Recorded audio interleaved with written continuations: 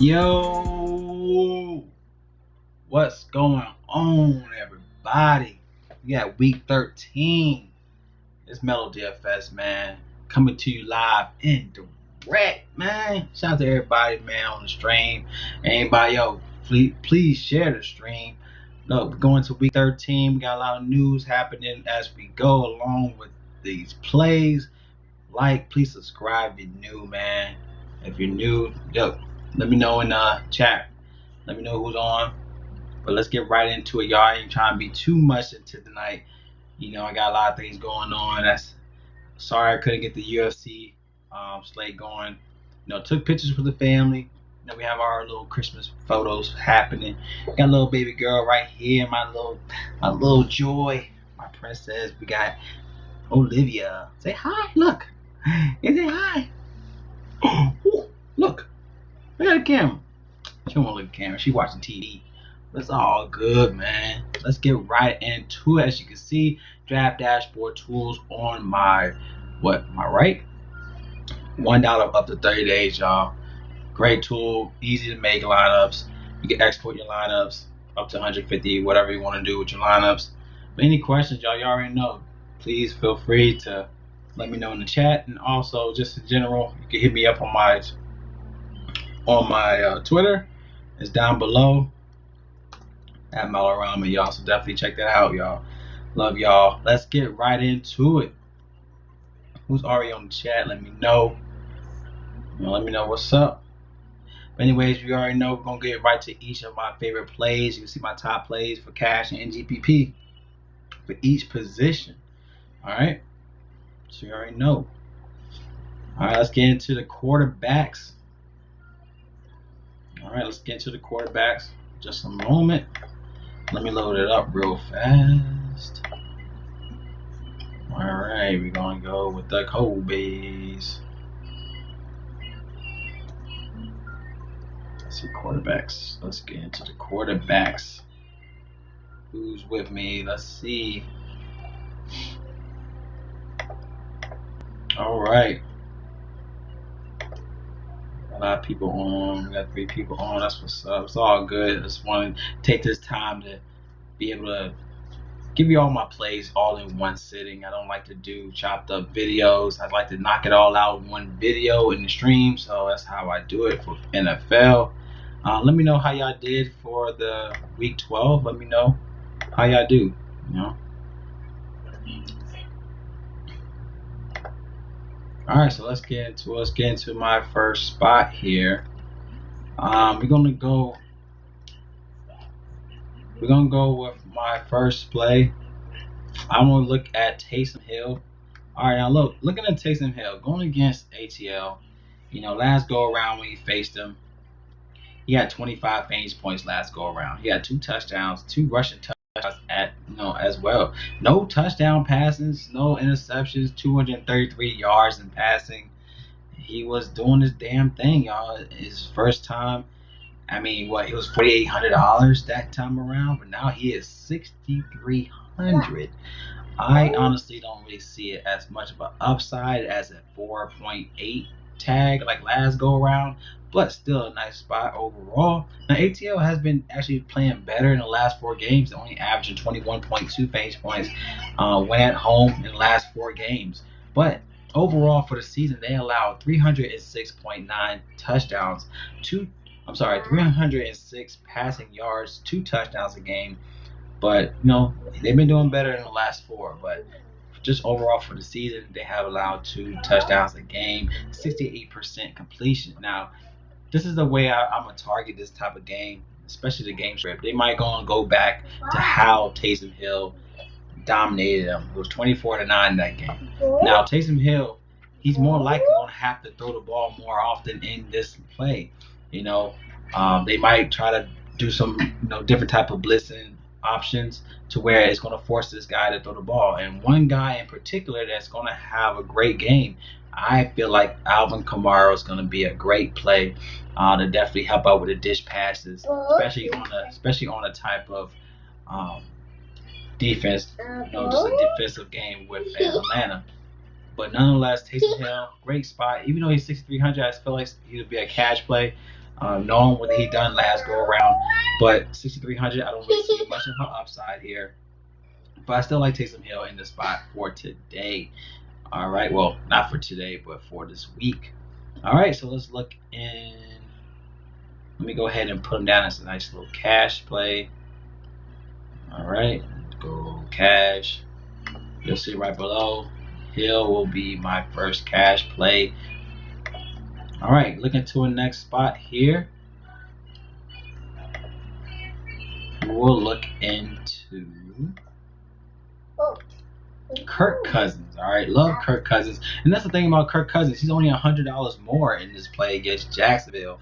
He should dominate here. All right, now looking to the last 4 games against Jacksonville. Jacksonville has allowed 286 passing yards a game, 2.0 touchdowns a game, 66.7 completion percentage, 30 fantasy points so far allowed when they are away. All right, now Kirk Cousins is actually a great play at home. He's done well. I mean, I'm a type of player where I do look at certain trends. I'm not going to be so sold into the trends, but he has been doing well overall in the last 4 games playing Detroit. He had 21. He had 19 against Chicago. He had 27 against the Dallas Cowboys. He had 30 against Carolina. All right, but he's playing against Jacksonville. Now, looking into what he's done in the last 4 games, 26.9 fantasy points allowed when he played at home. Like I said, he had 23 against Green Bay in Week 1. That was at home. He had 23 against the Packers at home, Week 1. He had 21 against the Titans at home in Week 3. He had 30 against ATL in Week 6 at home, 21 against Detroit Lions at home. He played Cowboys, like I said, that was at home. He had 27. Then he played Carolina last week at home. He had 30. Now is another great play. Wow!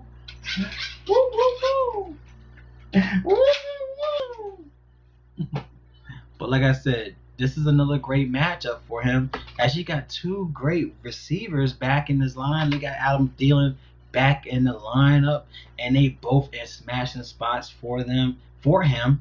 In this play, we have Madison. He's out. I gotta make sure I put that in. Let me go ahead and put that in there. I totally forgot to put him in the injury list, but we just found out that Madison is out for Vikings. So where this guy, like you saw last week with Madison last week had 20-something fantasy points last week because of the whole narrative of a blowout.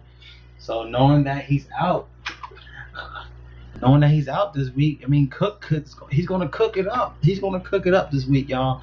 So like I said, good spot for Vikings overall. Definitely think it's a cash play in my favorite stacks. Definitely think it's a favorite stack for Minnesota for this week.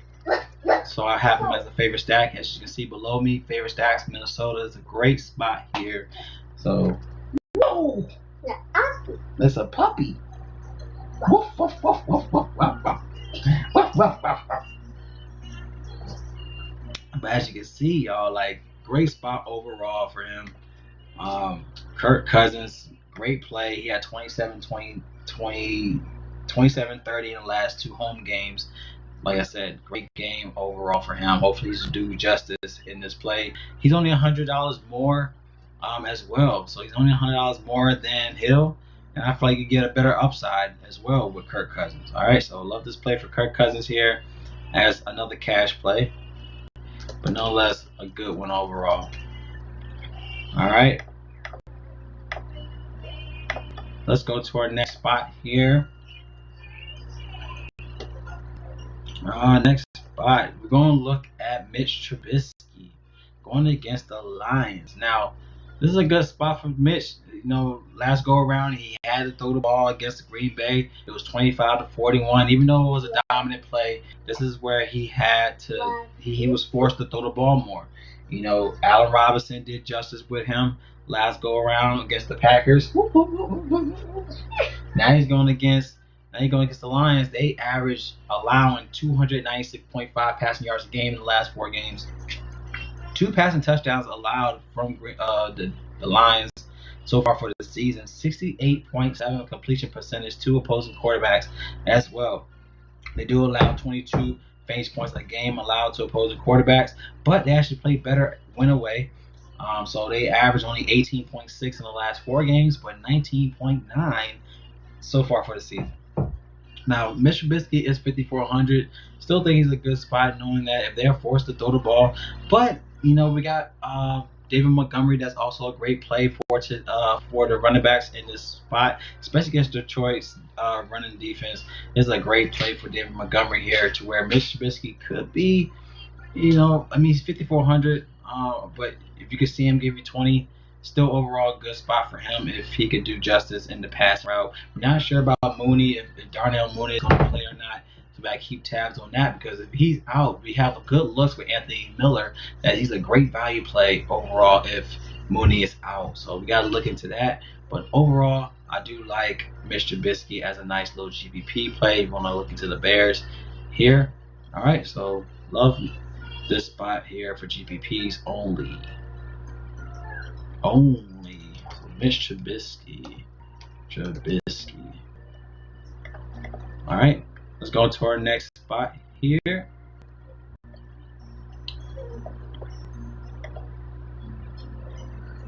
All right, let me double check real quick.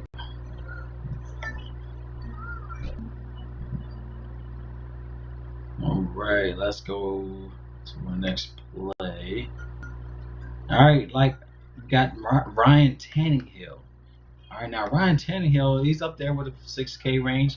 Another great play against the Browns. One thing I like about the Browns here, I think he's playing at home. One thing about Cleveland, they give up a lot when playing away. I always tell people to target the Browns when they play away. As you can see, the last 4 games playing at home, they allowed only 15.4 fantasy points at home this last 4 games. But when away, they allowed 27.5. Ryan Tannehill is in a good spot here. If you haven't done so, you already know that Corey Davis is in a smashing spot. A.J. Brown has been balling as well. We have an update with Janu Smith. I think Janu Smith is out. So we got Anthony Ferkshire that's also in a good spot here. I mean, hey, this is going to be a nice little GPP play if you want to go to Tennessee. It's a nice GPP stack. All right, so we can go this spot here, Tennessee. Nice little GPP stack. You want to go to Tennessee. But other than that, man, good spot for Ryan Tannehill here, as he's averaging around 236 passing yards a game, 2.1 passing touchdowns a game for the season. All right, he's averaging 20.9 fantasy points a game for the season. And it's a good spot overall for him. Like I said, against Cleveland, playing away. Cleveland is not that team when they play away. So another good game. You want to go to the Tennessee side of things. Ryan Tannehill is in a good spot here. 6,200 in a play where, he had 23 against the Ravens, y'all. I mean, that was week 11. He had 34 against Houston. He had 30 against Buffalo. Buffalo's not an easy team. All right, so you see the upside with this guy here, $6,200 for Ryan Tannehill. Definitely might be lower owned than expected. As I said before, you have Ryan Fitzpatrick. You do have Cousins. We have Deshaun Watson. We have Aaron Rodgers in play, to where even though he's a 6K range, he might be overlooked here in this spot. So I like Ryan Tannehill here to do damage. He's in a good spot overall, especially with the stacking. If you want to stack Tennessee here. All right, good spot to look into. So I definitely think Ryan Tannehill, if I'm spelling it right, Tannehill. Am I spelling it right? Ryan Tannehill. Good spot for him. Let me make sure I put the injury list with Janu Smith is out.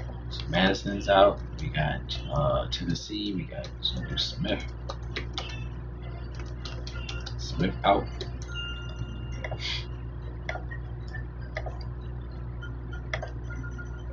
All right, let's go to our next spot here. If you haven't done so, please like the stream. Please also share the stream, y'all. Definitely like to support y'all, so I appreciate y'all. So let me go ahead and put this in my Twitter real quick. I always forget to let people know I'm on the stream right now, so let me do this real fast. Of course, I don't remember my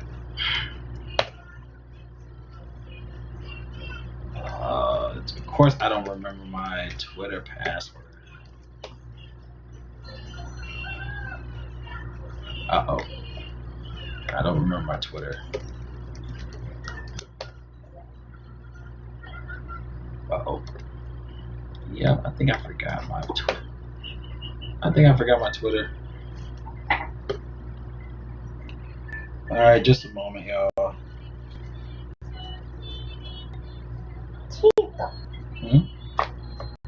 Whoops, I don't want to do that. I don't want to do that.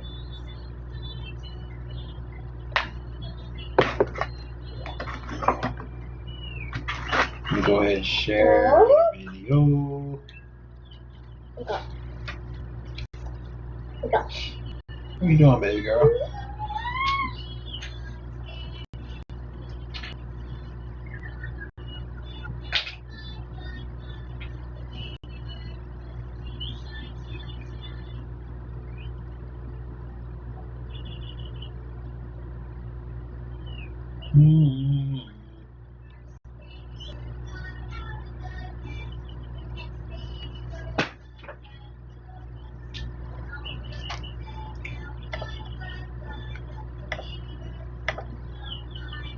All right, let's get right into it, y'all.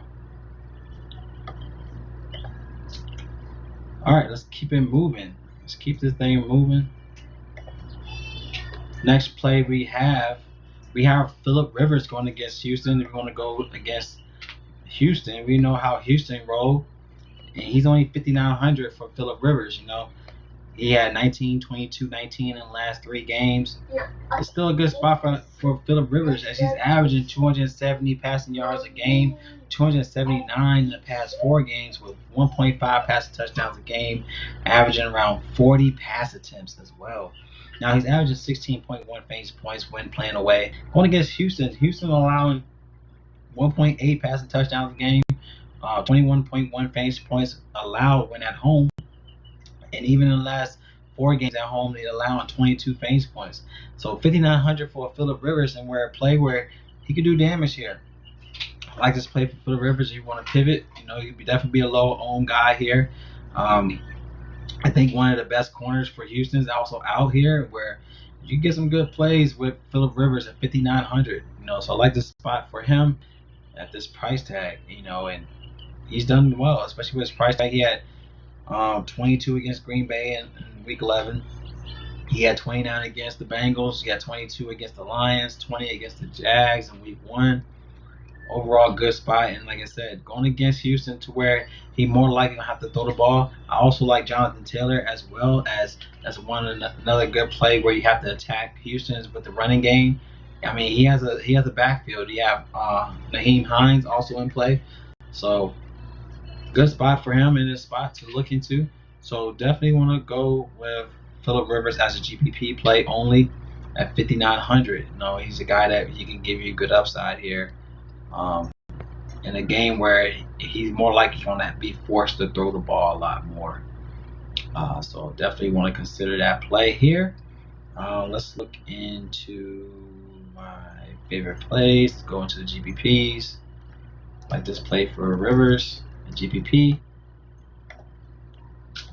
All right, let's keep it rolling. We gotta keep it rolling. All right.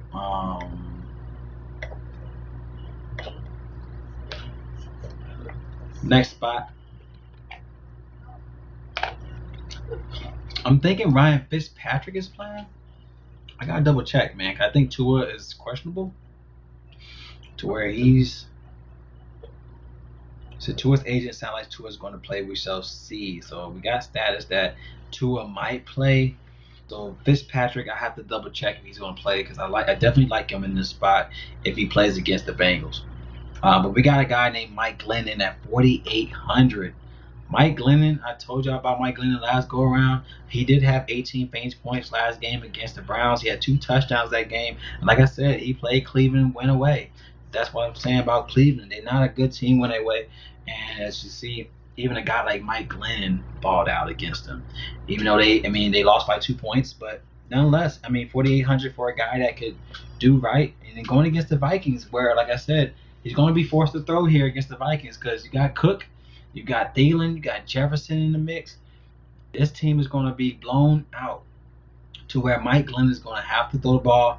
They've been talking about James Robinson all week. I'm not sure why they talk about James Robinson like that.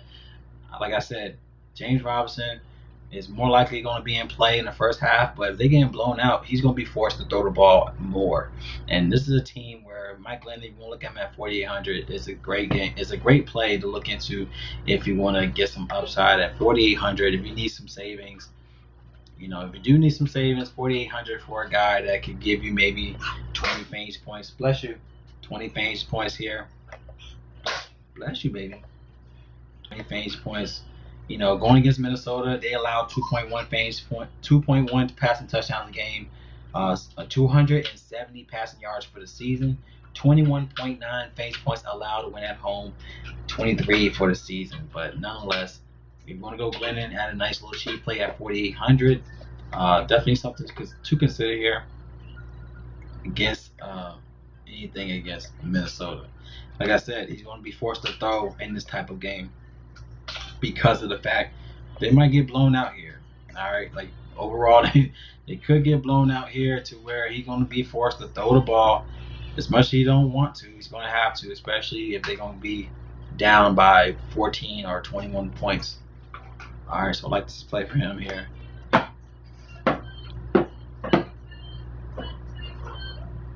All right, let's go ahead and put him in my play for GPP. Let me put Tannehill at cash. Let me put Glenn GPP. Let's go ahead and put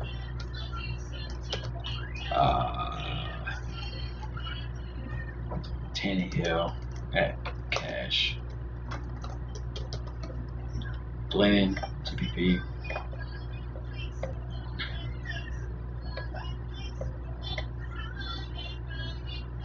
All right, let's keep it rolling, y'all. Not really sure about what they're gonna do with what they're gonna do with Miami and their quarterback situation. So we got to double check with that. Like I said, please follow me on Twitter. That's the only place where I'll be able to give you some updates on that end. I'm not gonna give you updates on this video if I'm not really having them in my lineup. I really only put that in like showdowns. So only time I really update injury news is on showdowns, captain showdowns. But for a player pool, I'm not gonna really update a player pool on my video. So you'll get that on my Twitter instead. All right.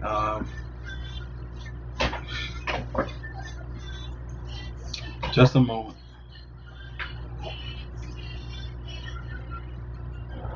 Call you about to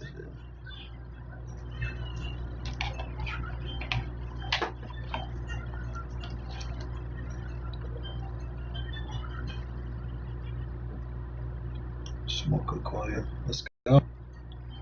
All right, let's go to the next play here where we got a $5,800 player with Jared Goff.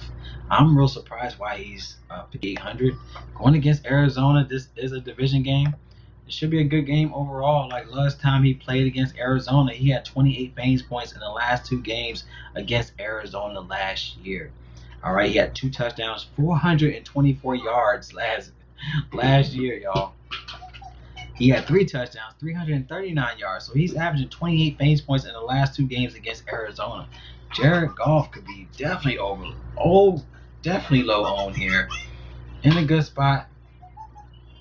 We got Strider. We want Real Champ. We want a Real Champ to come to my page. Yeah. Sure I do. But nonetheless, let's go to another play here where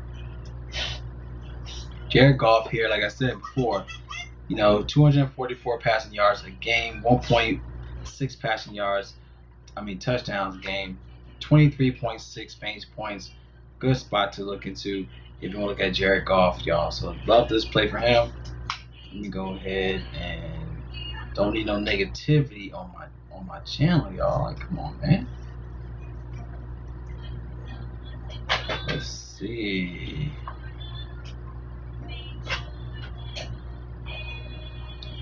All right, let's go ahead and take them off here. We don't need all that BS.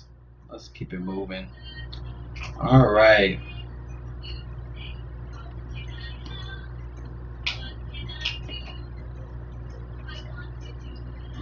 I'm not proving. Okay, whatever, bro. But nonetheless, let's keep it moving, y'all. Like I said, Jared Goff at 5,800 is still a nice little price tag to look into for your line, especially GPP. So let's go ahead and put him in there. GPP. Let's go ahead and put Goff.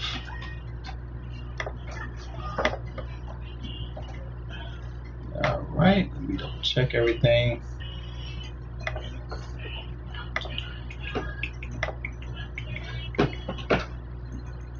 What have I won? You're asking me what I've won. I won pretty much a good amount, man. I don't have to tell you how much I won. People that knows me know how much I won. If you don't like to be on the stream, it's all good. You don't have to be on the stream. Let's see. Get this. One get his thumb down. Yeah. I'm not proving. Okay.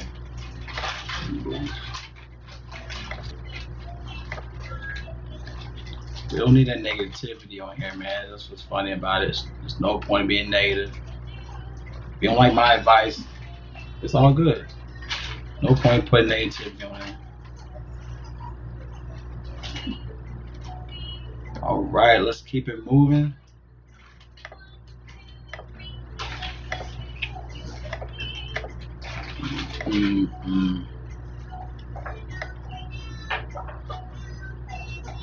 All right, let's keep it moving. We got Philly with Aaron Rodgers.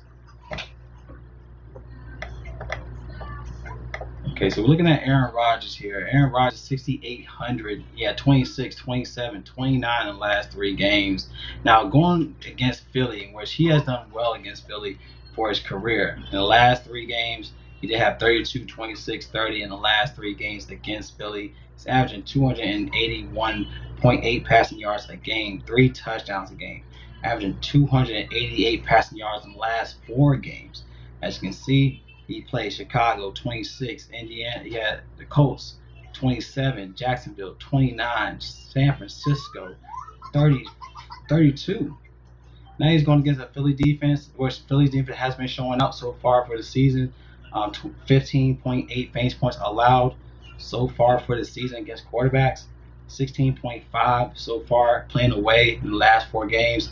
Definitely something to consider here. But he's definitely in a tougher position against a Philly defense has definitely been showing out, only averaging 214 passing yards so far in the last 4 games. So definitely a tougher spot here. DFS King, you don't have to be on here, dude. Like, I don't know why you. What's the point of you posting it on this channel? If you don't like it, then leave. It's all good. Terrible content. Okay, peace. I mean, it's funny. You got a bunch of clowns, man. Like, if you don't want to be on here, cool, get off. It's like, it's cool. You don't have to be on it. If that makes you feel better, go leave. Yeah, you're a DFS king, so get off. It's cool. I'm not here to tell you if you want to be on it or not. You can stay on if you want. It seems like you want to be on it.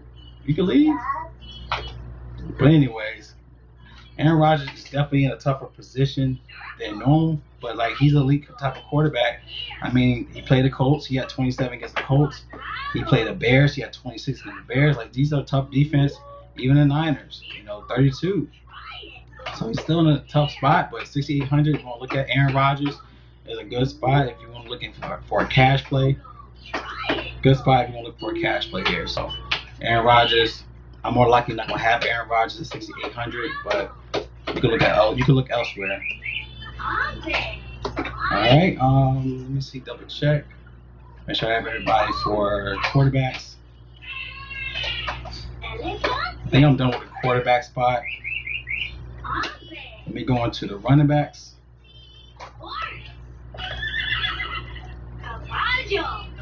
All right, go to the running backs real fast.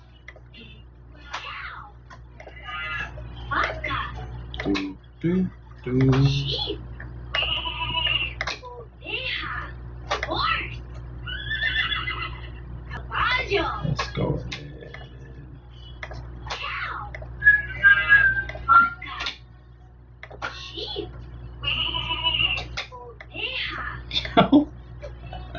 So I take steroids. Wow. You are amazing, Frank. Caballo. It's fun to No, I don't carry take on a steroids. lion. Alright, let's get into another play here. Let's go into our running backs. Alright, like you see the guy on my cover of my video, we have Dalvin Cook in a smashing play, y'all. Now, like we said, we know that Madison is out. It's going to be a dominant play. He has hurt us last week. If you faded him and went Henry, that was the play last week. But looking at, let me go to his news. So Dalvin Cook going against Jacksonville. Jacksonville allows 107 rushing yards a game, 24 attempts a game with 0.9 touchdowns a game to the running backs. What's this? You gonna blow? Wow. Wow. Oh. Wow. That's a good one. Woo. You like it? Yeah, look at that. Wow. Wow. Alright, sorry about that, y'all. But looking at Jaguars, man, they, like I said, 107 allowed rushing yards a game. They allowed 28.2 fantasy points a game allowed to the running backs. And like I said, without Madison involved in this game, like Madison last go around, he had 29. I think Madison had 29 fantasy points. In that matchup last game against it was Carolina. He's gonna be. I mean, it's definitely be a cash play if you want to play this spot for Dalvin Cook. But it's one of those plays where I definitely would say sprinkle some Dalvin Cook here in a play where he's going to be all over the place. We already know how he rolled. This could be a bounce back play for Dalvin Cook. So definitely Dalvin Cook here in the spot. Let me go ahead and put him as position. Definitely, he's going to be a cash play. I'm not saying lock him, but if you want to be different, we got to look elsewhere. Circle. Triangle. Let's see.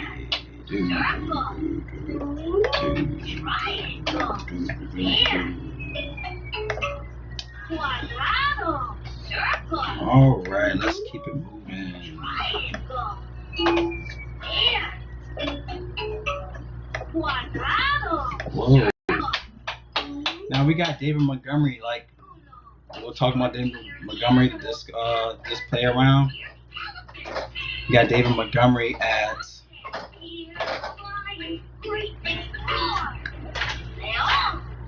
He's trying to find David Montgomery here.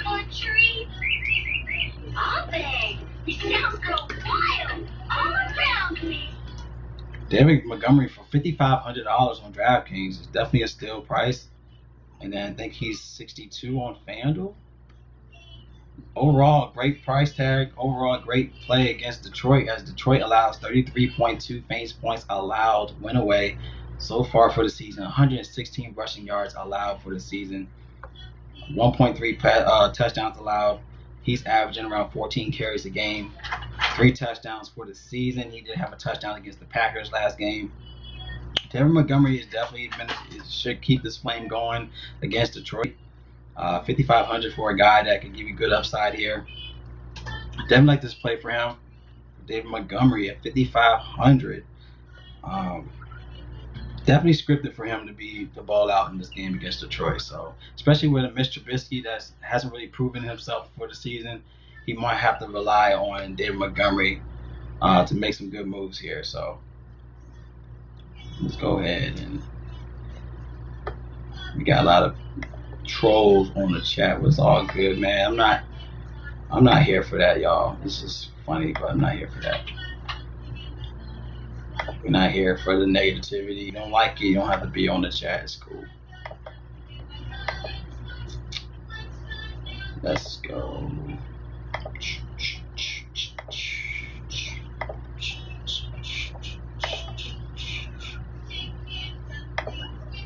Alright, double check. Hold on for a second.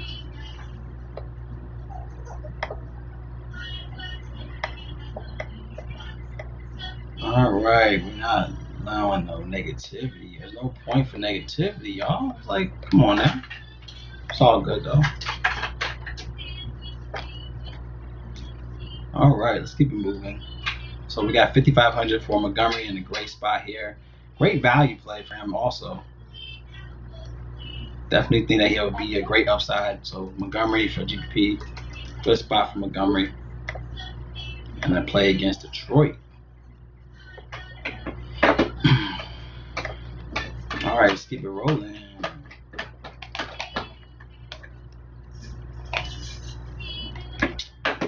Alright, we got Philly. Let's go look at Philly. Which we got Miles Sanders. $6,700 for Miles Sanders against the Green Bay squad. Where that does, one thing about Green Bay, they do allow a lot to the running backs. And one thing about Miles Sanders, he is one of those running backs that's like a pass catching running back. He did have, he had 5 targets against the Giants. He had 5 targets against the Browns, 3 targets against the Seahawks. Now he goes against Green Bay, and Green Bay allows 6.2 receptions to the running backs, 101 rushing yards a game, 32.4 fantasy points a game allowed to the running backs. So Miles Sanders could get a nice little overload here in the match where it's a 9-point underdog for the Eagles, a 20-point implied total for this game, 49.5 implied total for the game, but 20.3 implied for the Eagles in this matchup. So looking at Boston Scott is averaging only he's 6K, and then we got Miles Sanders 6,700. I don't know if I want to go this route with Philly. I mean, obviously they're gonna have to throw the ball to keep up with this type of game as well with Packers. They can definitely blow them out here, but looking to his matchup last go around, he only had 7 fantasy points last game when he played Green Bay. He had 11 carries, 72 rushing yards that game. So I'm not sure if this is a better matchup here for Miles Sanders at 6,700. We have other value plays. We got other plays you could look at instead of Miles Sanders. But he could be definitely involved if it's gonna be a tough one to look at Miles Sanders, honestly. Another play we could look at, we do have Jonathan Taylor at 5,700 for Jonathan Taylor. All right, Jonathan Taylor going against Houston. Now, Houston is allowing 142 rushing yards a game for the season. They allow 126 rushing yards in the last 4 games to the running backs. 1.3 touchdowns allowed for the running backs. 29.5 fantasy points allowed when at home. 33 fantasy points allowed for the season against running backs. And this is the thing about the Colts. They have a 3-headed dragon, with Taylor, Hines, and then with Wilkins. Wilkins hasn't been given as much upside for his price tag. He's 4,200. Nakeem Hines has obviously been a great play, but I think Taylor had COVID. Let me double check with Taylor. I know he's back this game. Yeah, he had COVID, so he's back in the mix. So averaging 13 carries a game, 4 touchdowns for the season, averaging 12.7 fantasy points. This is a great game to look at for Jonathan Taylor here at 6-7. I think he's definitely going to be a lower owned play in this match. So definitely can look at Jonathan Taylor here. Nakeem Hines is one of those backs. He's a pass catching type of running back. But Jonathan Taylor at $5,700 is a great play to look at. Like I said, David Montgomery's 55. So you got some good value running backs to look in. If you don't want to go Dalvin Cook, if you want to just be different, you can go to these type of running backs and pay elsewhere. But nonetheless, a good spot for Jonathan Taylor here at a great price tag. So Let me go ahead and put them in my pool. We got Cook Cash. We got Taylor, GPP. All right, just keep it rolling.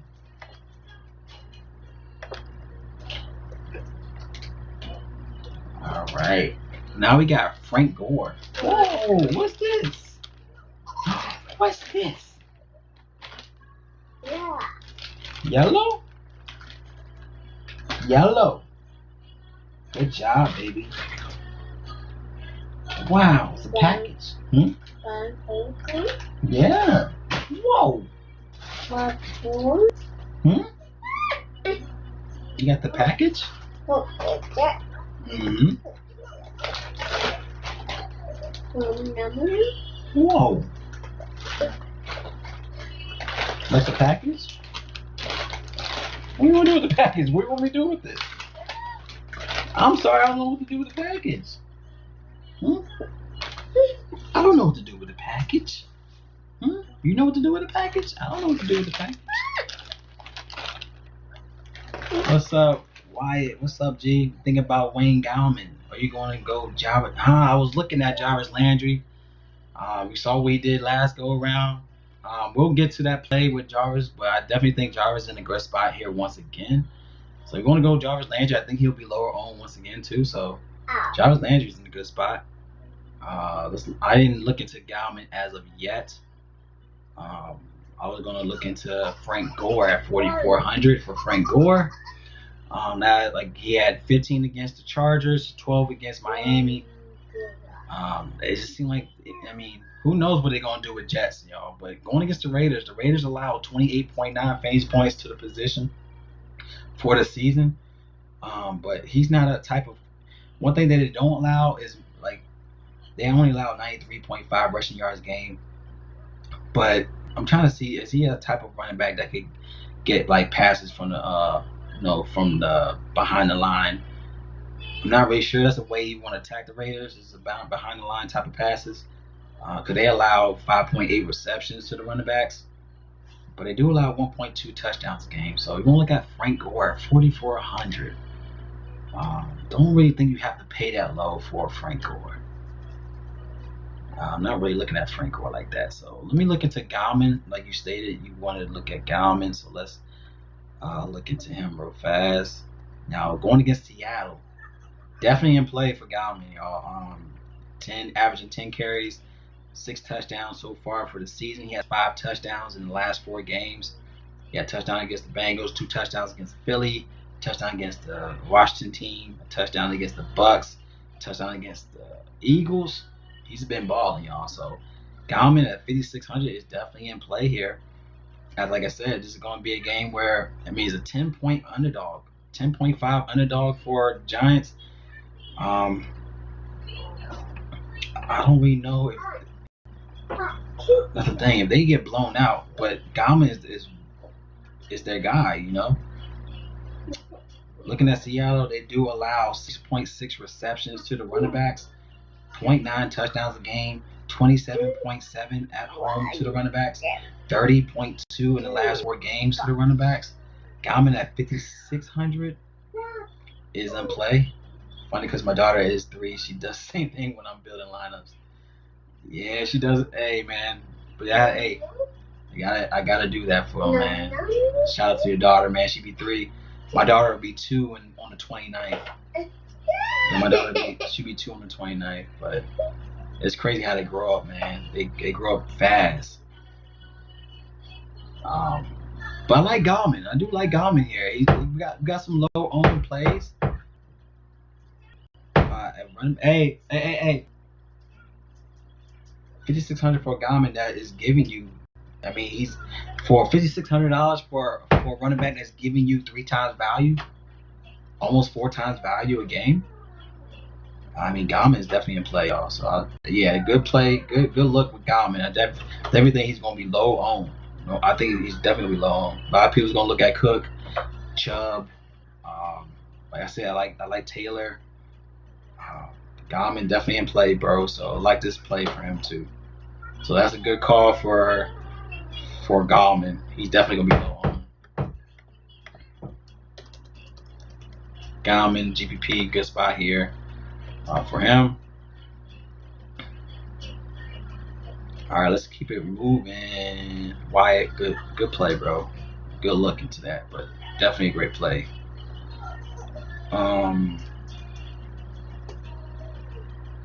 Let's see. Like we got Devontae Booker. All right, now knowing that Jacobs is out, he's gonna be so chalky. And on top of that, like if you want to play Gallman, if you want to play, a guy that's gonna be lower owned than Booker, but Booker, I mean, he had 21 against the Broncos. I think both him and Jacobs went off that game against the Broncos, and then he had 13 against the Chargers. He had a touchdown that game with 8 carries. He's more of a red zone type of running back. He had 1 rushing touchdown in the red zone. This is a good play. I mean, he is going to be definitely chalky for Booker, 5,500, but he's in a good matchup against the Jets. The Jets allow 28.6 fantasy points when at home. 6.7 receptions allowed a game for the season. 8 receptions allowed in the last 4 games. But that's the thing about Booker. We don't know how they're going to utilize Booker. I mean, he only had 1 target with 1 reception against the Broncos. I don't know. He had 81 rushing yards. So Booker is definitely going to be chalk play. He's going to be a cash play. 5,500 for Booker, but he's in a good spot here against the Jets. Pretty boys, what's up, G? I didn't do pretty good, man. I had good lineups with the Chiefs, but I did go with a play with Cook. I did have a Raiders play where that kind of hurt me as well. But the only line that actually helped me cash was the Chiefs game with Mahomes and Tyreek Hill and Kelsey. That was the only line that really helped me. But I had I had bad combinations. That's what I had, y'all. So I had bad combinations. I like Mims. I like using Booker with Mims, Perriman, or Crowder run back. I do like Mims as well. Mims in a great spot. Yep, Mims in a great spot. He's definitely too cheap. Love Mims. Yeah, got me to get off chalk. Yeah, I do agree with that. So, like I said, if you want to look at Booker, good. But like I said, there's other great plays other than Booker too. If you want to fade the chalk here, I think Booker, I don't really see that big of upside here, but he is chalk. Same here, $4. Hey, it's all good, bro. Like I said, I like to try to tackle that takedowns. I do cash plays. I do my double ups to keep me in a profit. That's how I build my channel because I like to do double ups to keep me in a profit to play the big tournaments, But yeah, that's like I said. Booker is going to be a cash play, but like nonetheless, he's still in a good matchup. So if you want to play cash, Booker's still a good spot here. So you can go that spot. I can't believe we had a bunch of trolls on this video, y'all. I couldn't believe it. It's funny. I don't know why we have a bunch of trolls. I have a guy that told me I'm on steroids. That's hilarious. It just shows that he probably a fat fuck, man. Like, I'm sorry, bro, but you don't go on my page and talk about how I look like I'm on steroids, man. Like, I work out. It's all good, bro. Like, I'm sorry if it affects you that bad to write that, but it's crazy, man. I don't know why we got a bunch of trolls, man. It's cool. I'm here just to give you my lineups and stuff, but it's funny, man. I can't believe we had that bunch of crap on here. Madison ruled out due to sickness. So if you were on the fence about Dalvin Cook, that should convince you. Yes, Dalvin Cook's in play. Like, Dalvin Cook's in play. I would say have a bunch of plays with Cook, but I'm not going to say to lock him. I'm not going to say to have to lock him. You don't have to lock him in your lines. Who knows what's going to happen, But he's in a great matchup.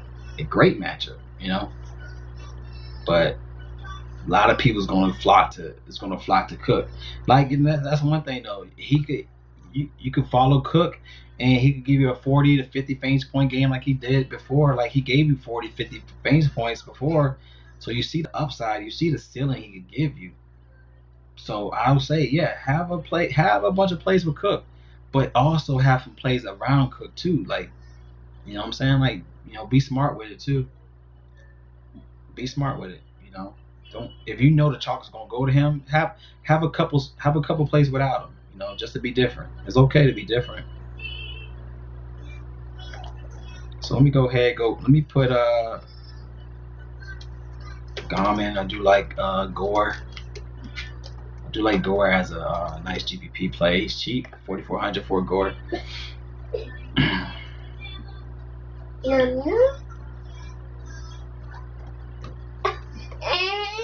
What's up, baby? What's wrong? Hold on, baby girl wants to go upstairs. Just a moment, y'all. Hold on. Bro, don't pay them no mind. It's YouTube. You get thumbs. Yeah, it's crazy, bro. Like, I didn't think it's going. I mean, trust me, man. I'm nobody. I never said I was somebody, y'all. Like, I love DFS. I like to just share my information to everybody. If you like it, cool. If you don't, cool. What's wrong, baby? Want to go upstairs? It's almost time to go to sleep too. Huh? Want to go upstairs? All right, just a moment, y'all. Let me take her upstairs real fast. Just a moment, baby. Just a moment.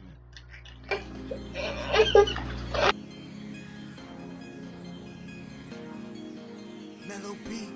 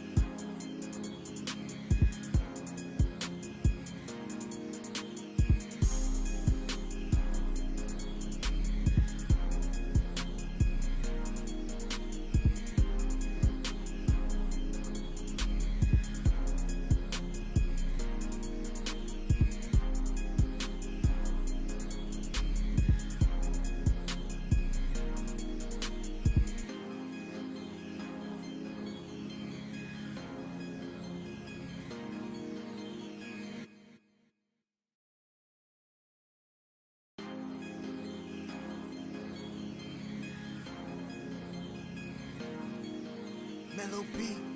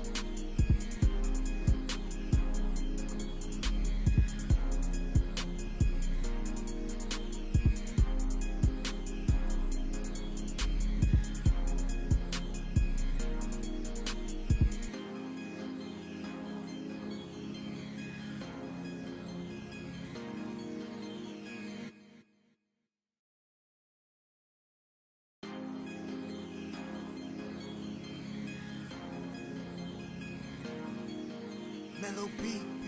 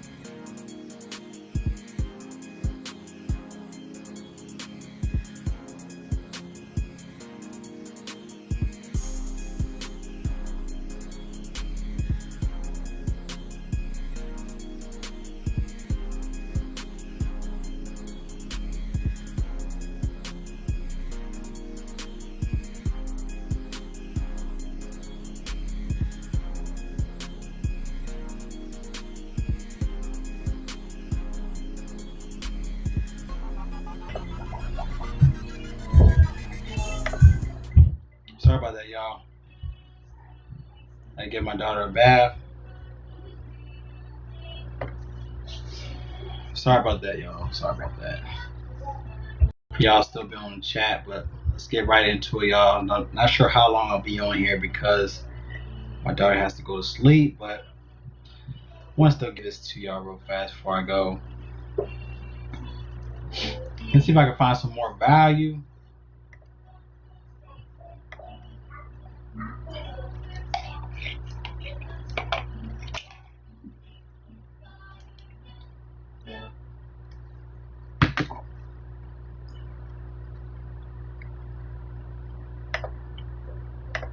Let me see.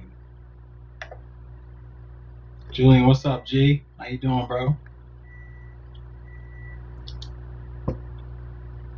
Feel free to go ahead and smash that like, please. Share the video. Appreciate y'all. How you been, Ju? Man, Julian, man. Shout out to him, man. I'm trying to look at some more value for the Patriots side, if I can find any. Because one thing about Seattle, you see, got Deion Lewis. I forgot he was on Giants, honestly.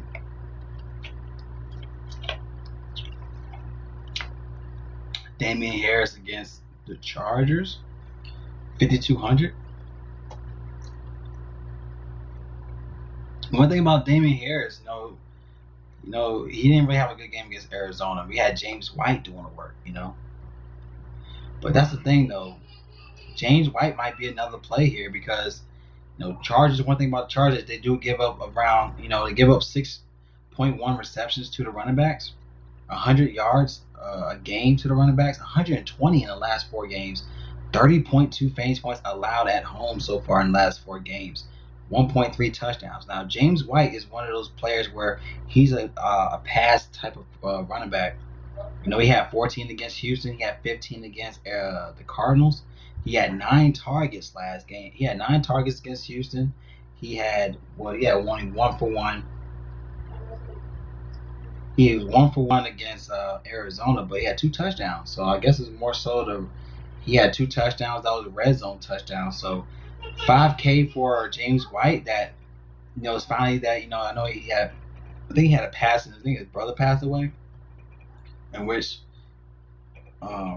said Jets might break their streak tomorrow. I think Jets is definitely a live dog here. Jets is a good spot here, but I don't know, man. I like James White at 5K. Let me see. Whoops. Let me see James White. James White he's in a good spot, y'all. So let me double check real quick. But I like James White as a nice little GPP spot for him.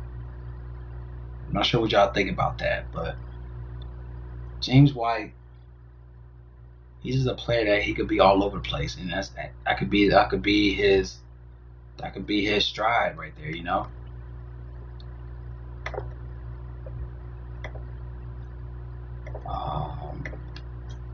Well, we got Sony Michel, but he only had what? He could be in play. I think Sony Michel's playing. Let me double check with him. He had no carries in return last week. He only had 1 snap of offense last week. This is going to be another three-headed dragon with the Patriots. You got White, you got Michel, and then you have Harris. You know what I'm saying? So it's one of those things I don't know if you want to stay. It's real hard to want to go play that. Definitely hard to play that one. Now we do have James Robinson at 7,300. 7,300 for James Robinson, where I think he's going to be very chalk. They've been talking about him all week long. Of course, with Glennon, you got a quarterback that he has to depend on his running back that way. So 7,300 for James Robinson. I don't want to pay that much for James Robinson. I mean, he's in play. He is in play. He did have 30 last week. Don't get me wrong. Him and Chubb had 30 last week, but it's once in a blue moon with this guy, and he's averaging what? Let's see, he's getting the targets. He's averaging 4.3 targets a game, 17 carries a game. Minnesota do allow around 23 attempts a game to the running backs, 102.2 rushing yards a game to the running backs, and around 27.5 fantasy points allowed to the running back position. Now, 7,300 for a guy that, you're looking at a 10-point underdog for Jacksonville. I'm not really sure they're gonna, still be running the ball. I mean, one thing about the Cleveland game, it was a close game. It was 25-27. They lost by 2. You know what I'm saying? So to have a James Robinson play at 7,300, I'm not really sold on that.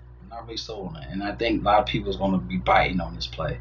He could go off. Don't get me wrong, he could go off. I'm just not sold on it. I'm not really sold on it.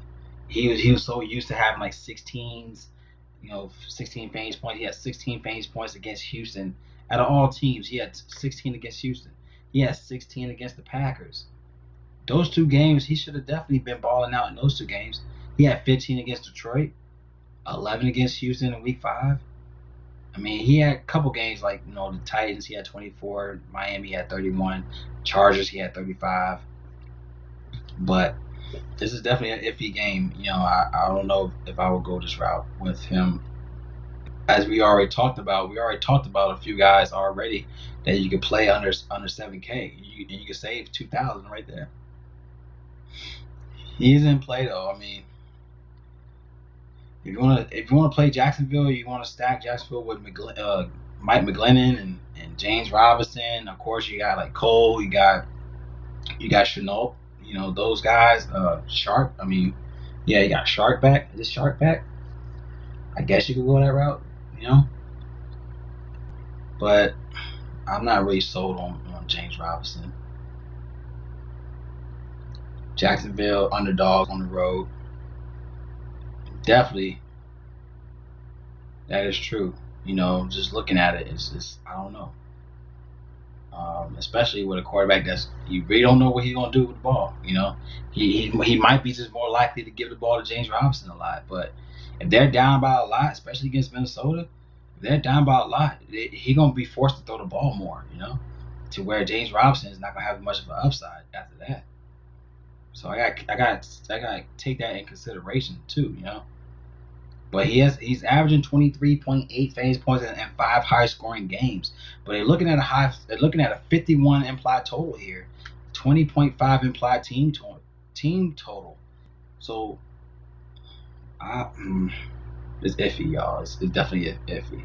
But then again, he's not Kamara. Yeah, he's not Kamara. That's the thing, though. If you were to tell me Kamara at 7, well, Kamara is 7K.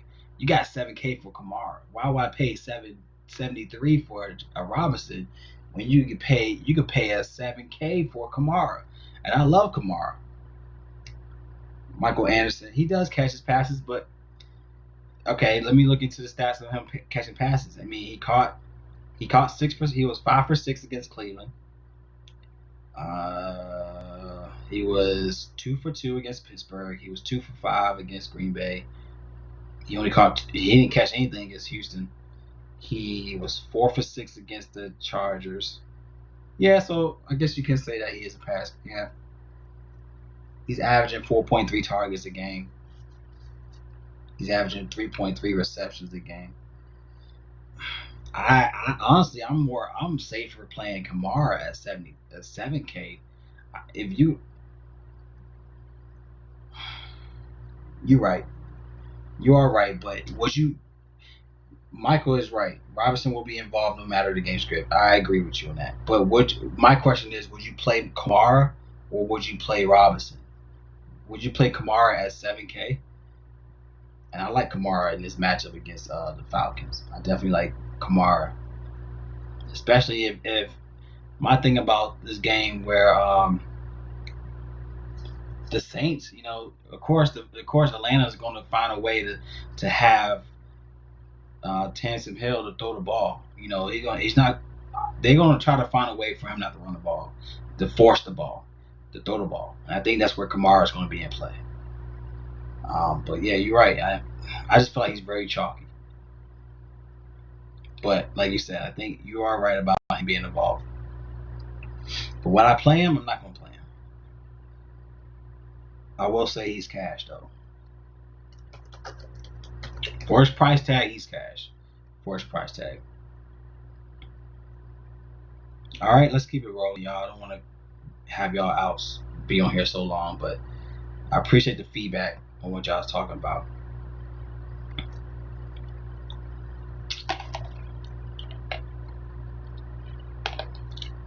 So what y'all think about Derrick Henry?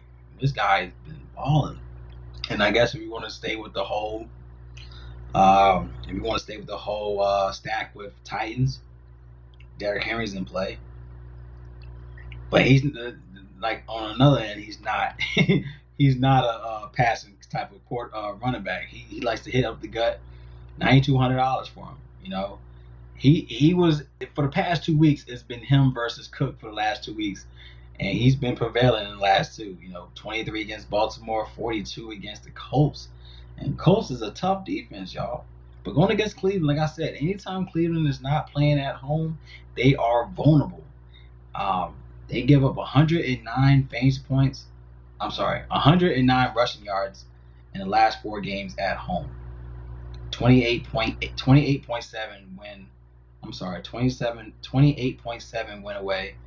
109.5 rushing yards allowed in the last 4 games. I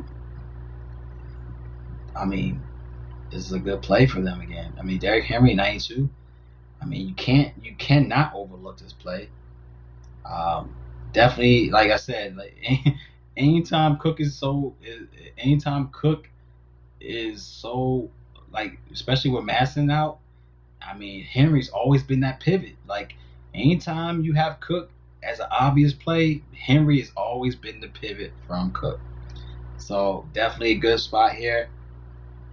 It's so hard, man. Love Henry, but with no Madison going that high, I think I have to go. It's tough, man. But in the past, it's like literally in the past 2 weeks, it's been Cooks versus Henry. Who's gonna be the best play for you? You know what I'm saying? And I definitely like Henry here. I will have some plays with Henry because I didn't play him against the Colts. I thought the Colts wasn't going to give him that much. Colts is a tough defense, y'all. So the fact that he was able to give up that much against him, I mean, Cleveland, that's not even a question, y'all. So definitely like him as like I said, Henry's always been the pivot for the last 2 weeks. He's always been the pivot from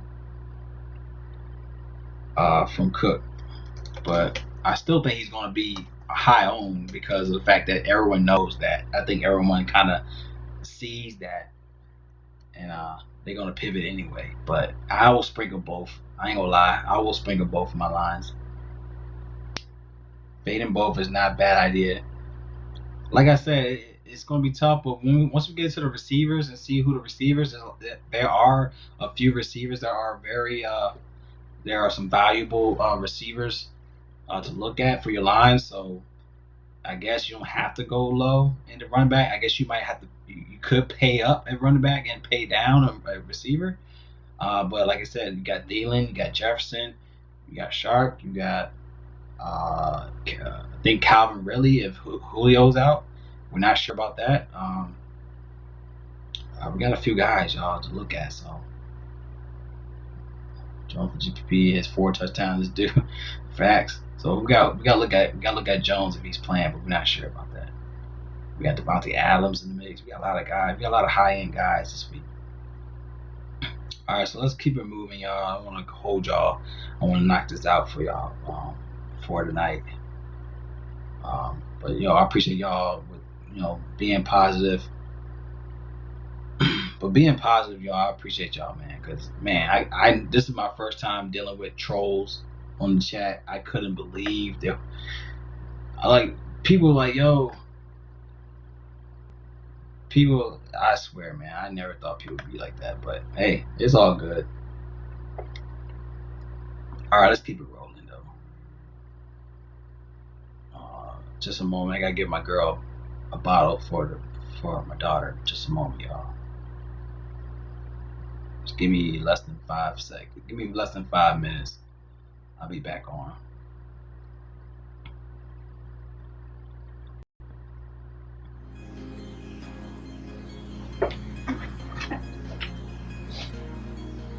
Mellow beat.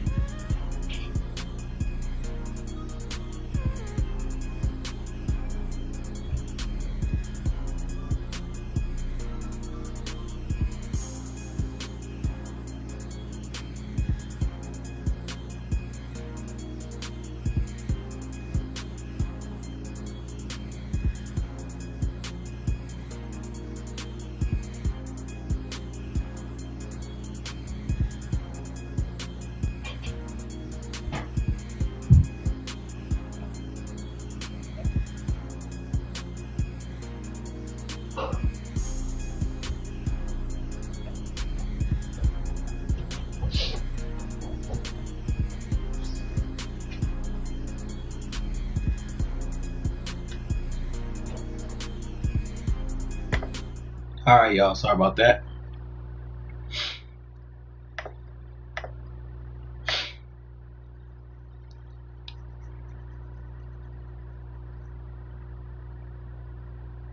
I appreciate you, Mike.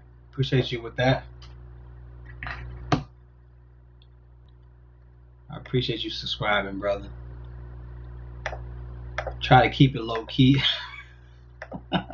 I try to keep it mellow. That's why they call me mellow, but I'm a real chill guy. But I try to keep it chill, man. There's a bunch of assholes on here, but in the world, but try to keep it chill, man. I don't know why people are acting crazy out here, man. But let's get right into it. He was just talking about Gaskins. All right, we're back at Gaskins. So I was going to go to Gaskins anyway, but I wanted to go down the list. I want to make sure. That's the thing about these streams. The reason why I do these streams is because I don't really have time to do different videos for NFL. One thing about NFL, you got to do multiple videos. I like to just knock it all out in one stream. Even if you don't catch the stream, you can just go back on the stream to the end and you'll see my plays. So I like to dig in deep, figure out what's a good play, what's a good GBP, what's a good cash play, try to make a good line. You know what I mean? Like, I don't know. I mean, that's the thing about DFS. It's not guaranteed. I tell people all the time, do double ups to stack your money on double ups because that's the easiest way to stack your money. But if you want to do takedowns, then of course it's going to be a lot of sacrifices. But I like to use this time to just dig in deep for every play, every position, and try to get the best outcome out of it. At the end of the day, these players got to play. So that's what it's all about. So nothing on TV. I appreciate you, Julian, for staying on. Michael Anderson, I appreciate you too. I appreciate all y'all, man, that's on here, y'all. I appreciate y'all. So let's get right into it. I don't remember last time I watched TV, y'all. I'm always on YouTube. These Pokemon, also the little Pokemon packing, those little packs. Those, man, I'd be hooked on that, man. I'd be passing out and still wake up watching that shit. I'm always on YouTube, man. I'll be watching YouTube pass away. I'll be passing out and then wake up, shit still playing. Yes, Gaskins has been activated. Yes, he has. He's got activated. So he's in play, and he's also going to be a chalk. Is he going to be a chalky play? That's the question. Is he going to be a chalky play? With all these other plays you got. But going against the Bengals, I mean, looking at the Bengals, they give up 130 rushing yards a game in the last 4 games. Looking at the last 5 people. Let's see the last 5 players that they faced. You had Frank Gore had 11. You had Melvin Gordon had 19. Am I looking at the right shit? Hold on. Am I looking at the right? I'm looking at the wrong shit.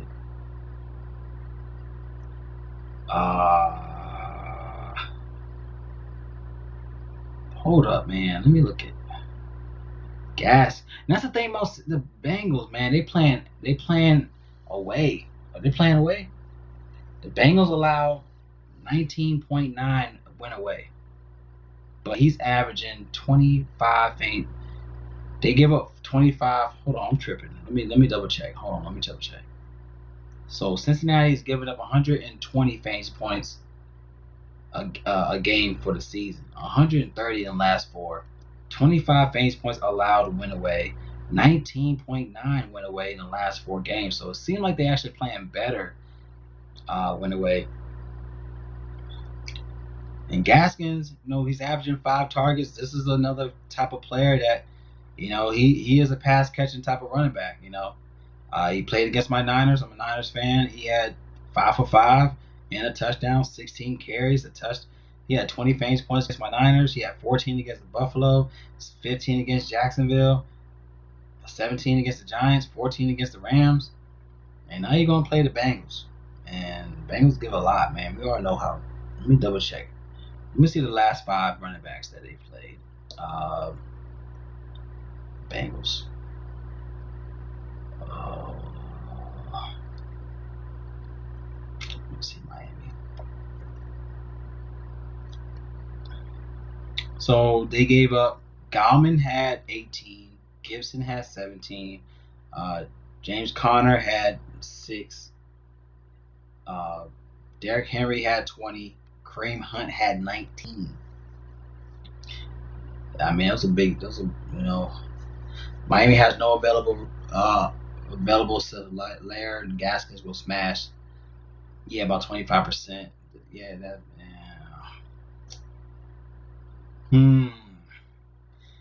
He's gonna be owned, bro. Like he's gonna be. Let me see how much he's gonna be owned. Let's look at the projected ownership with these guys for running backs. Let's look at double check real fast.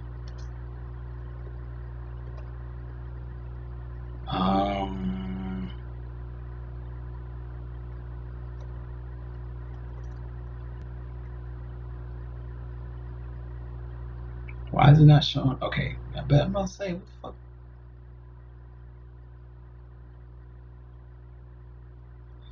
Oh my gosh, Roto Grinders is on some other shit right now. I'm trying to find the ownership. That's all I want. Okay, so James Robinson is going to be, he's 22% owned. Gaskin is 25% owned. Booker is 30% owned. These guys are higher than Cook. They're higher than Henry. Henry is 16. Yeah, I'm a Niners fan, bro. I'm from Buffalo. Should be a good game this week. Oh shit. Don't tell me that. Y'all might bust my ass. Y'all might bust our ass this time around. Oh shit. He's from Buffalo. Yeah, or if he is high owned, go Gore with the pivot. I like Gore. I mean, 4,400 for Gore that could give you maybe 12 to 15. Uh, I like Gore. I mean, but like we said, we talk about Gauman. Gauman is around the same price tag.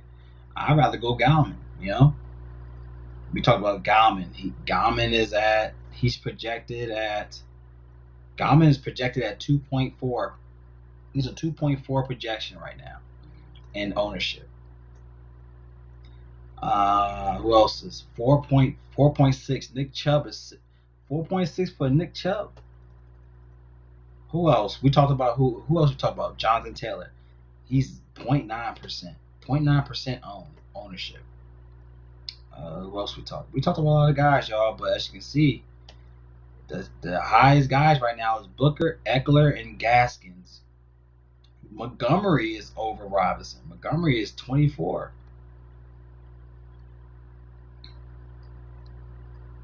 Ravens fan, that RG Ham. Yo, he's a Ravens fan. I feel bad for them Ravens, boy. That curse, boy, is real, man. Everybody forgot about that Madden curse, man. That Madden curse is real, G. But shout out to this, man. This is El Presidente Margarita from El Paso. I was able to order it and take it home, man. It's just on some other shit, though. But yeah, I love Gauman as a better pivot, man. So let's go into another play. Do I like this play? Did I even talk about this play? Gaskin? I don't know about Gaskin, y'all. Like, he just came off a 4-game layout. You know what I'm saying? Like, it's tough, y'all. Like, don't get me wrong, he's everywhere. As you can see from since day one. Week 1, 11. Week 2, Buffalo, 14. Jacksonville, 15. Seattle, 9. Niners, 20. Jets, 17. Rams, 14. But at 5-9 after a 4-game layoff, I don't know if that screams a trap for me. Yeah, he does. Ravens OC definitely need to get fired, man. It's unacceptable, man. I don't know about Gaskin, y'all. Like I said, like 5-9 for a guy, and I mean, looking at a 10.5 favorite, I guess that might help him. I mean, usually if a team is up that, if you're looking at the money line and you're looking at 10.5 favorite, I guess they're more likely to run the ball at the end to where he can pay up his price tag. You know what I mean? Like if they're not trailing, and they might more likely just run the ball and kill the clock. You know what I'm saying? Like Gaskin could be that play if you want to see it in that light. If you want to see it in that type of play. I don't know what y'all think about that, but usually if a team is up by that much, they're more likely gonna run the ball. Or he might get switched. He might get swapped out. He might get swapped out, and they put Laird in. You know, especially when they know he's been on injury. Why would they keep him in the game? Like 5.5 on FanDuel. Oh yeah, that's a steal. But I don't know, bro. Like yeah, he's 55 on FanDuel. That is very cheap. I think I'm more likely to play him on FanDuel. But like I said, with the game script, I was looking at the game script.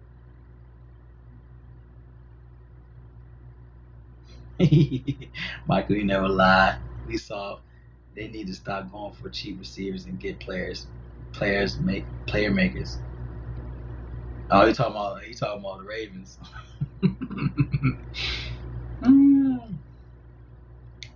That's funny as shit, y'all.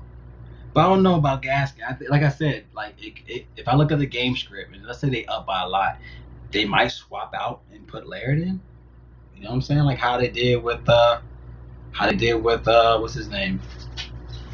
I can't think. With Cook, you know, when they were up, they took Cook out and put Madison in. You know, I mean, you got a guy that come off injury like that. I don't know if they want to keep him in the game. You know, so I don't know what y'all think about that one, but I mean, Gaskins to me is a good spot. I might more likely not play him, especially the chalk.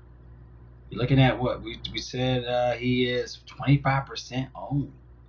He's higher than Cook. He's higher than Henry. So why would I play him? You know?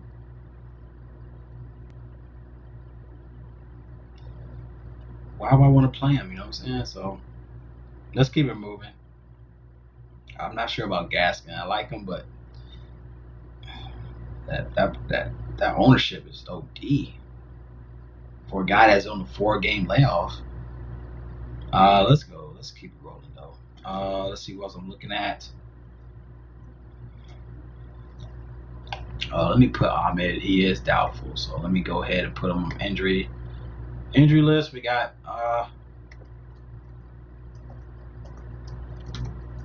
Ahmed is doubtful. Okay, let's keep it rolling.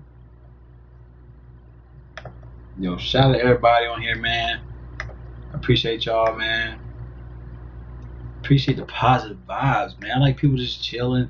We just having a discussion. I'm not even telling you I'm not even telling you I'm good. You know what I'm saying? Like, I just like to have interaction, try to get the best plays, try to get cash, make sure everyone cashes out. That's what it's all about, man. It's about everyone trying to put ideas together and cash out, man. Like, that's what it's all about. You know what I'm saying? That's what it's all about. All right, let's look into Chubb. Nick Chubb, 7,700 for Nick Chubb. All right, now I'm looking more into it. Nick Chubb is not really a good play, but then again, this guy likes to explode anytime. Pause, but he likes to just come out of nowhere and blow up.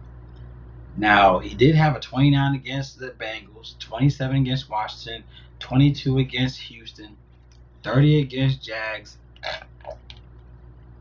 I don't know. Looking at Tennessee, they allow 92 rushing yards a game. They do allow 7 receptions. They allow 7 receptions a game. 59.5 receiving yards a game in the last 4 games. If I was to look into this,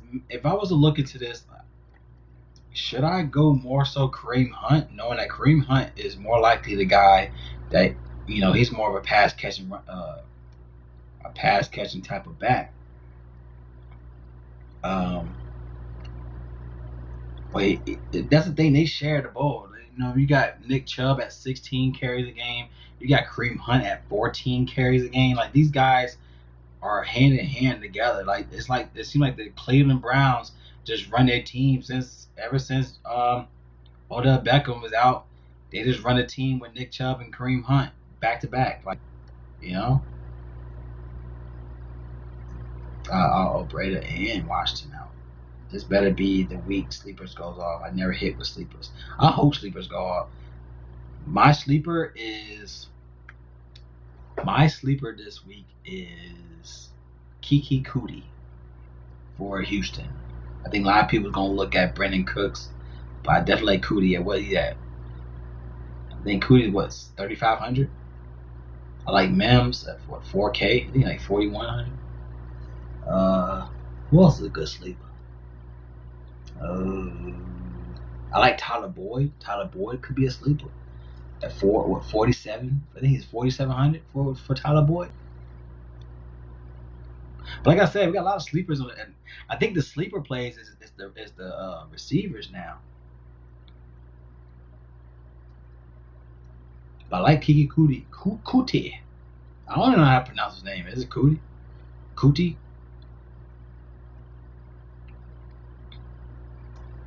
But I don't know about. I like Nick Chubb. Don't get me wrong, I like Nick Chubb. 7,700 definitely could be a cash play. He's averaging 19 fantasy points a game, 13.5 win away. 6 touchdowns for the season, 2 touchdowns in the last 3 games. He got 2 touchdowns in the last 3 games. 7,700.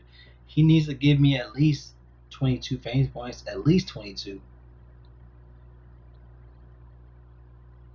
Yeah, with Fuller out, I like Kiki, man. A lot of people gonna look at Brandon Cooks, so I like Kiki as a nice little pivot from Brandon Cooks. Mooney is questionable, so I'm not sure about Mooney, but we gotta double check with Mooney because if Mooney's out, I like Anthony Miller. If Mooney's out, Anthony Miller's in play. Cole, I like Cole. I mean, he definitely gonna be low on because man, uh, yeah, exactly. Anthony Miller's in play. I like Anthony Miller if Mooney's out though, and Mooney is questionable. So Humphreys in play. That's a good spot to look at as well. Um, but you have to look at these type of plays, y'all. Let's keep it rolling. Nick Chubb, I do like Nick Chubb, 7,700. Definitely gonna be what you gonna call it. He is definitely gonna be a chalky play. I'm sorry, not chalky, but he's gonna definitely be a cash play. I'm sorry, he's not chalky. He's definitely not gonna be chalk. Nick Chubb been under the radar for a while now, ever since Henry and Cook's been balling. You know, they've definitely not been he's definitely a chalk, but these guys been balling to where everyone's looking at them, you know. So let me go ahead and put Nick Chubb. I mean, I like him as cash. I hope he gives you like 20 plus fantasy points. I hope that. I hope he does that. But I do like Nick Chubb.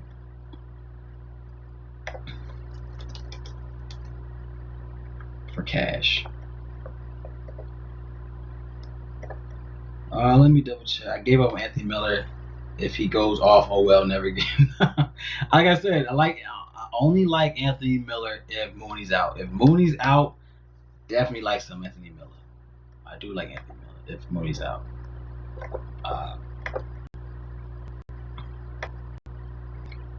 All right, let's keep it moving. Let me double check, make sure everything's straight before I go to the receivers.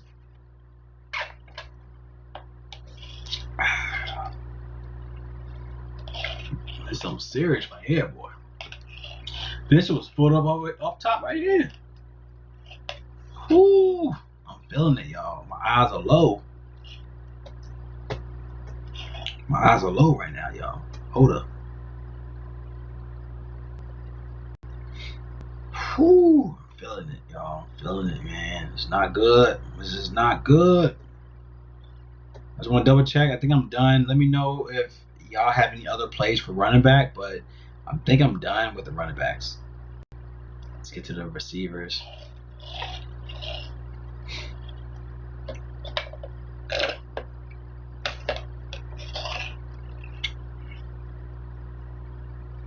I mean, everyone's looking at Eckler. I don't know why, but Eckler, yeah.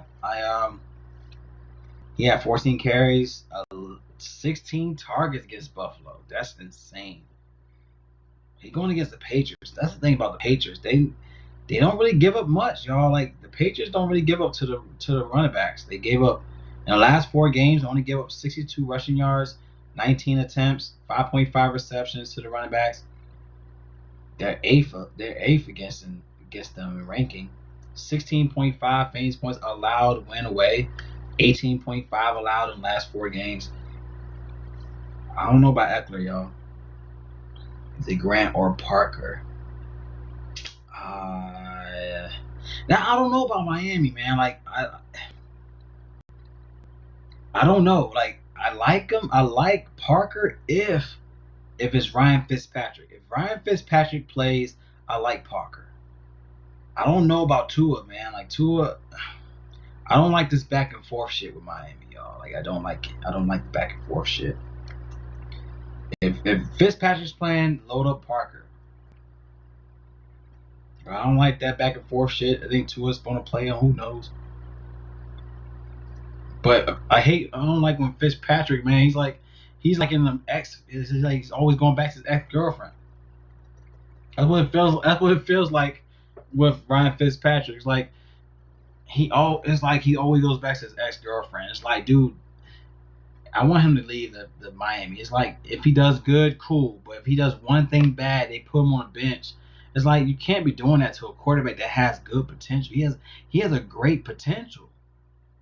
You can't. It's like they discipline him. Like if you do bad, he'll put him on the bench, and it's like you can't do that to somebody. If you want him to get hot, if you want him to get hot, you gotta keep him in the game. Like you can't keep swapping him out like you're trying to like smack his hand. You know what I'm saying? Like it's a bad situation in Miami with the quarterback situation, but you can't be doing that to anybody at that. Like if you're like fine, Ryan Fitzpatrick shouldn't be a backup. You know what I mean? Like he showed time to time. He showed so many times where he could lead the team, but then all of a sudden they get rid of him. You know, and it's like you can't expect somebody to be consistent if you're gonna keep putting them on the bench. Like you can't. You know what I'm saying? Like you can't think that, y'all. Like I don't know. I don't know why they would do that. You know.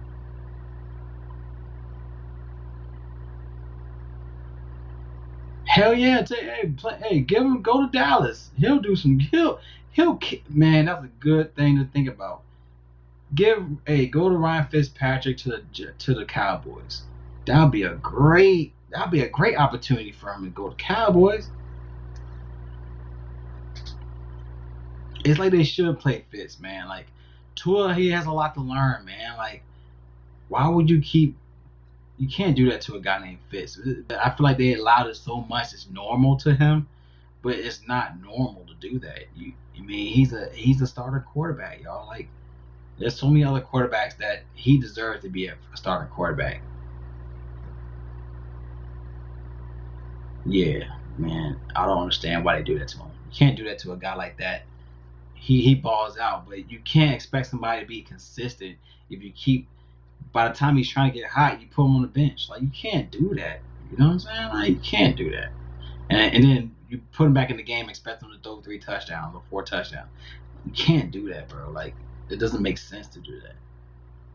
But anyways, let's get into the receivers. I think I'm done with the running backs. Let me know if y'all have any other running backs in mind. But these are the running backs I like here on GPP and Cash. Let me know what you think. But these are the guys I like here. I don't want to go anywhere else.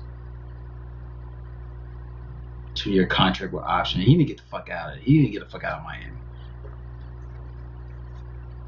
He don't need to be on Miami, man. Miami don't deserve a guy like that, man. You can't be doing that. Especially when you're doing it to a rookie. It's like you swapping them out back and forth with a rookie. That's ultimate disrespect. You're disrespecting the shit out of Ryan Fitzpatrick. So I'm working on the paperwork right now. You stupid, man. Shit, I would too. Fuck it. Can't be doing that to somebody though, man. That shit piss me off. It's disrespectful when you keep getting benched by a rookie.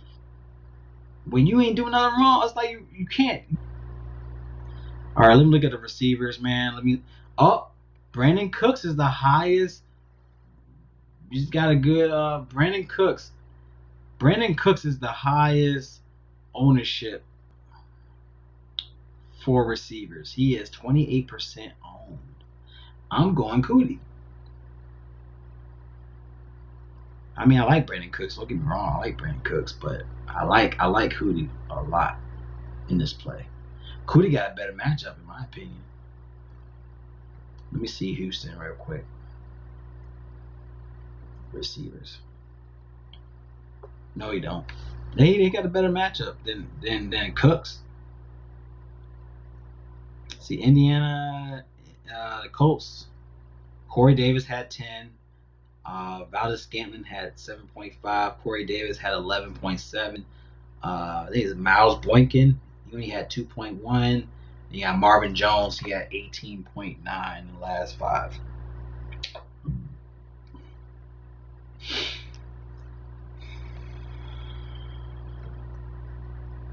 Like the wide receivers on playmakers. He was the one that took me a tournament down a few years back. I would have hit real big if I had the same lineup. Oh my gosh! I know you dreading that shit. I'll be dreading that shit too. I ain't gonna blame you. I'll be dreading that. That would have sucked.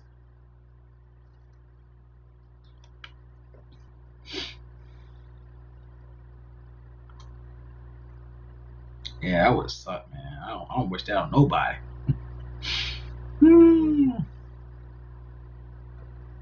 All right, let's go to the receivers, y'all. Let's get into the receivers, man. Let's knock this shit out.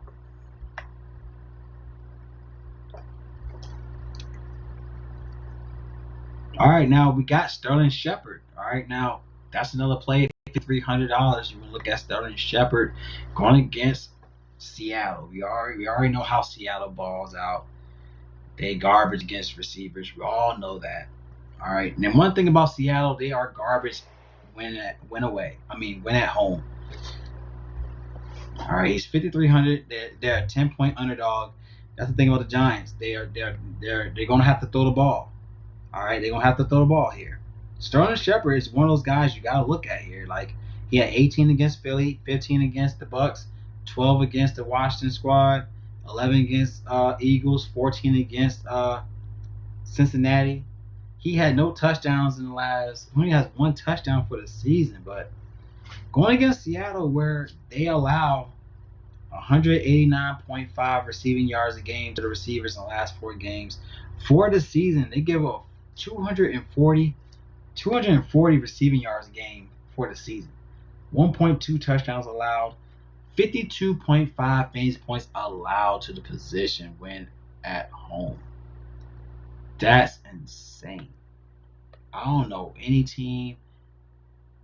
I don't understand that, but I like him. I mean, Sterling Shepard could give you maybe. I mean, at 53, he should give you. I mean, he has to give you at least 14 to 15 fantasy points. He's averaging 7.1 targets a game. He's getting the targets a game. Like, it's not like he's not getting targets. If he get a touchdown, he's giving you upside. You know what I'm saying? Like, if he get a touchdown, he's giving you upside with his price tag. You know, he could be a real sleeper. I mean, he had 8 targets, he had 8 targets last game, 6 targets in week 11, 8 targets in week 10. If he had a touchdown, he's giving you at least, let's see, he had 14 last game. If he had a touchdown, he would have had 20? Week 11, he had a touchdown, he would have had 17? He would have gave you upside, but he would have gave you upside. I think Sterling Shepard's a good spot here. I think he's be lower on. Definitely a lower on play.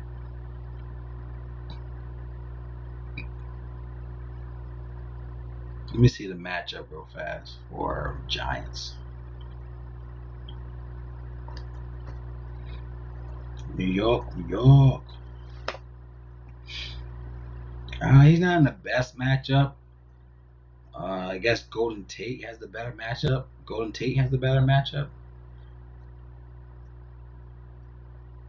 Look at Golden Tate. I had Golden Tate last week, but he ain't do shit though.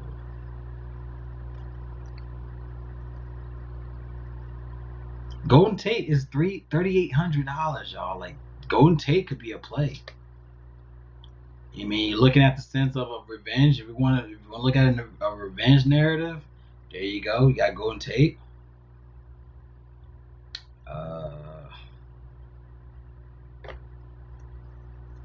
I don't know. I think Golden Tate's in play at 3,800, y'all. What y'all think about that? Golden Tate at 3,800, going against Seattle. Definitely a good play if you want to go at Golden Tate, 3,800. I think he's receiver 3, receiver 3rd, in a receiver 3 spot. He has an 85% slot route. He's in the slot route. He had a 1 touchdown in the red zone for the season. He has 2 touchdowns in the last 4 games. So he had a touchdown against Philly, touchdown against Tampa. Whew.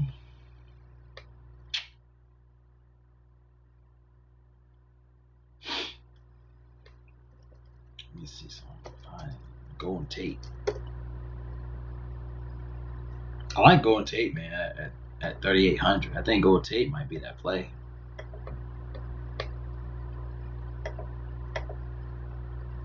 I like Tate for GVP.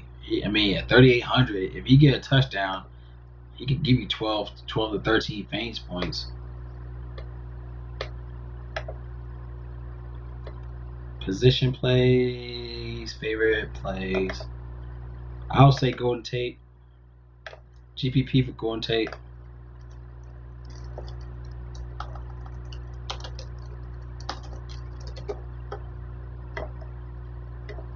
I like that play for Golden Tate, y'all. I like it a lot. All right, let's get look into Tennessee. Tennessee. Like I told you before, with Tennessee, you gotta look at Tennessee against the Browns. Win away, they are garbage. Win away, I'm telling you. They allow. So check this out. This is why I'm saying this. So the Browns allow 170 receiving yards a game to the position. They allow 1.2 touchdowns for the position. They allow 22.9. So in the last 4 games, they allowed 22.9 fantasy points to the position. But when away, they allow 56.1 fantasy points to the position. That's insane.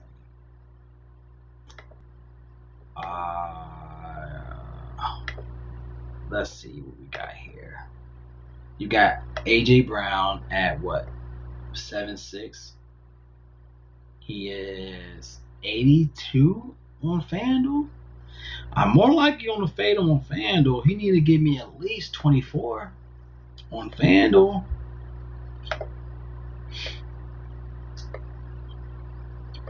Oh no, let's see. That's the thing though. I like this play. He's gonna be real less. He's gonna be low on.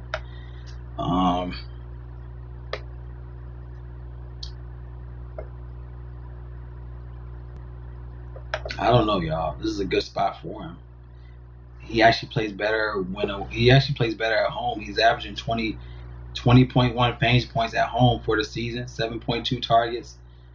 Let's see. He played Chicago. He had 23. He played Pittsburgh. 30. He played Houston. 23. Played Buffalo. 21.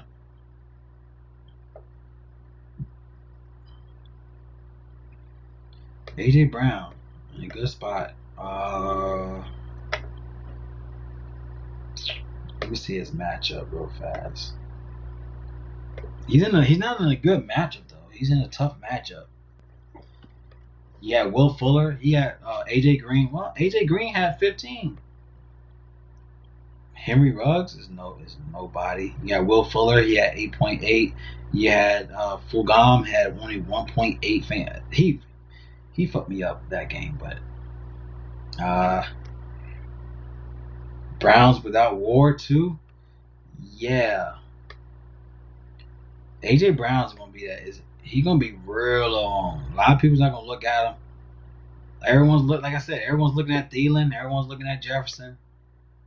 You know, don't get me wrong, they ain't great plays. Don't get me wrong, but how about Stack Brown and Corey Davis? Hell yeah, I love Corey Brown in this play. I mean, I say Corey Brown, Corey Davis.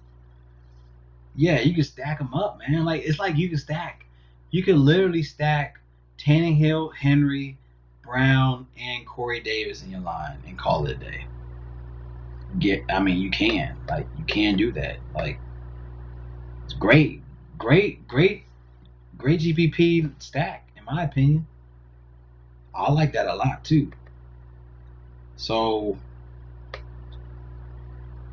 yeah, AJ Brown, man, definitely gonna be a pivot if you want to. I mean, he's 76. Adam Thielen is 73. So I guess like that's what make people think. That's what's going to make people want to play Thielen. Which don't get me wrong, Thielen and Jefferson is an amazing matchup against the Jaguars. Don't get me wrong, Jaguars garbage.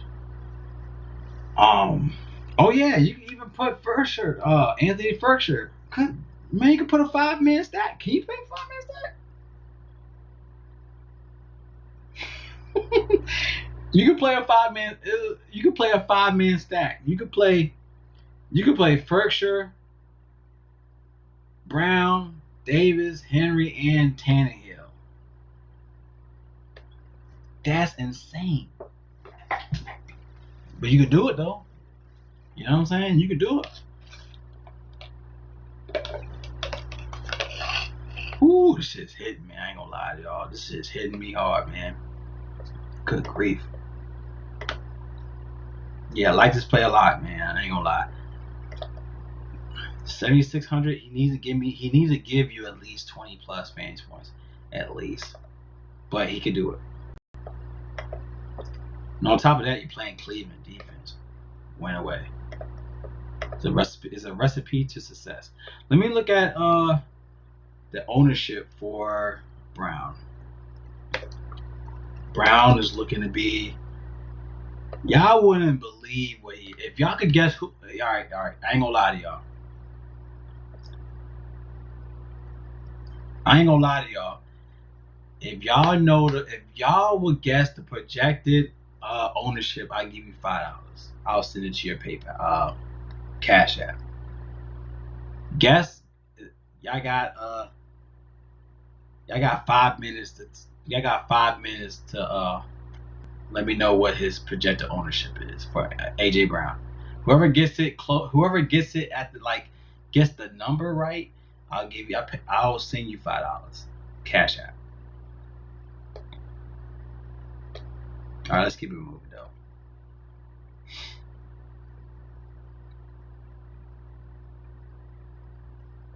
What's up, Solar Bear? I like that name though. It's a dope name. Solar Bear.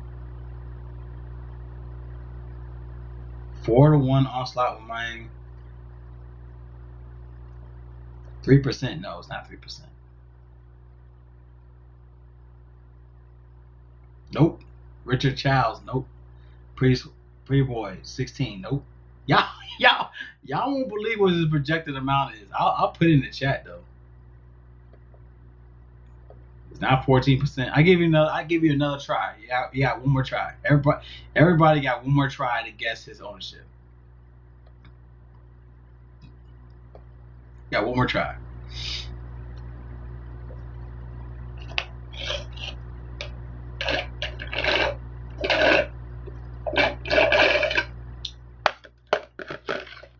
Woo! All right, let me keep it going, y'all. But yeah, you got one more try to guess his ownership. I give you $5 Cash App or PayPal, whatever you want.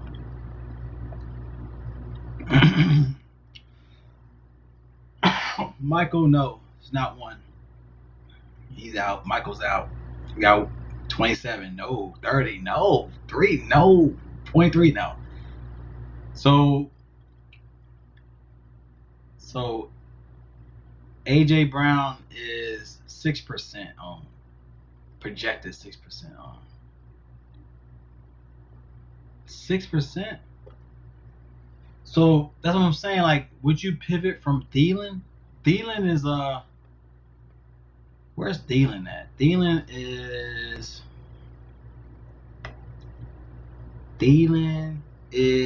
12%. Jefferson is 12%.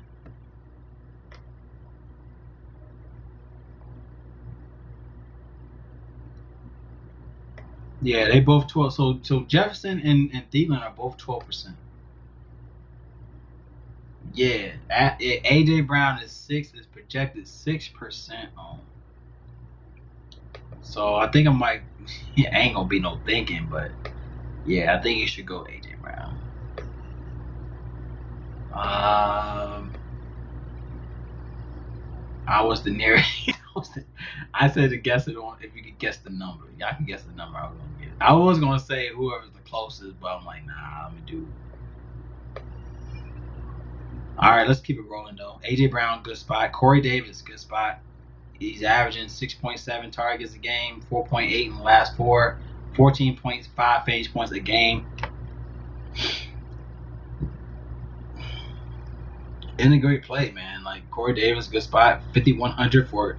So I'll say this. So I guess I'll say more so if I was to do a cash, I'll say Brown, Cash, Davis, GBP. How much is Davis? Davis is about, what is his projected ownership? Davis is 5.9 5.9 ownership for Davis. 5.9.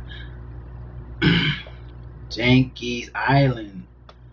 I'm definitely stacking Trubisky, Robinson, and Montgomery. That's a good stack too. But you can also stack. You can also put a 4-man stack. You can put either gonna be Mooney. You can put Moon in there. If Mooney's out, you can put Miller. So you got a good 4-man stack if you want to do that too. You said Robinson. I think Mooney's definitely gonna be in play if he plays though.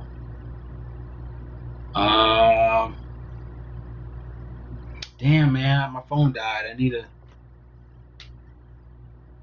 to figure out who's winning the UFC shit. I need to make sure I'm making money right now. I'm mad I couldn't do a UFC video for y'all though. Oh, Collier won. Tapora won. Alright, I'm already in the bag right now. I'm already in the bag, y'all. So far I'm in the bag.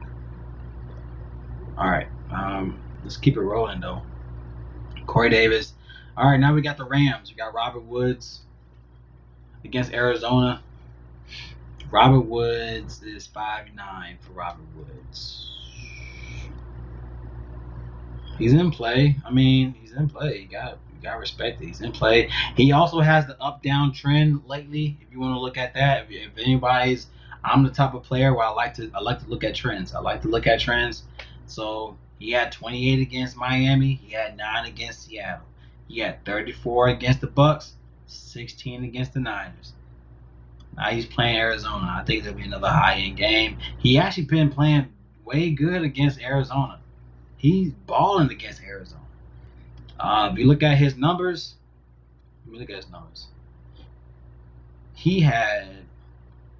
Robert Woods had 21, 12 targets, 7 for 12 with a touchdown. He had 21 fantasy points. Then he had 33. He had 19 targets, 13 receptions. Then he played him in 2018. He had 2 touchdowns, 6 for 7. This could be another game you might want to look at. The Rams. Rams could be a good little pivot. I like Woods a lot here. Like Woods. 5,900 for Woods. He's done real good against Arizona. It's also an uptrend. It's also an uptrend game for him too. I think Woods is in a good spot. He gonna be. How much is Woods? I might have to do another ownership shit for him. Woods.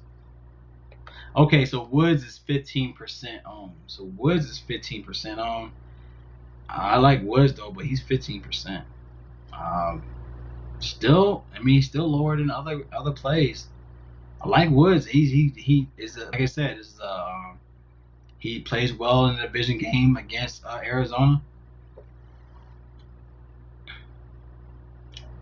Yeah, I think I like Woods here, so I definitely think Woods could be an upside game.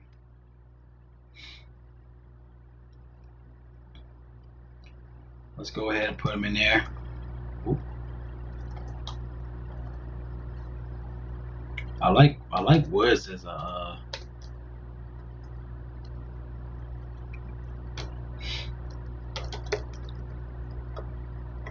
like Woods here.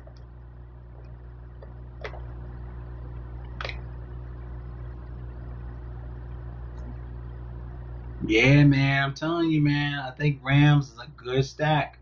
Rams is definitely a good stack.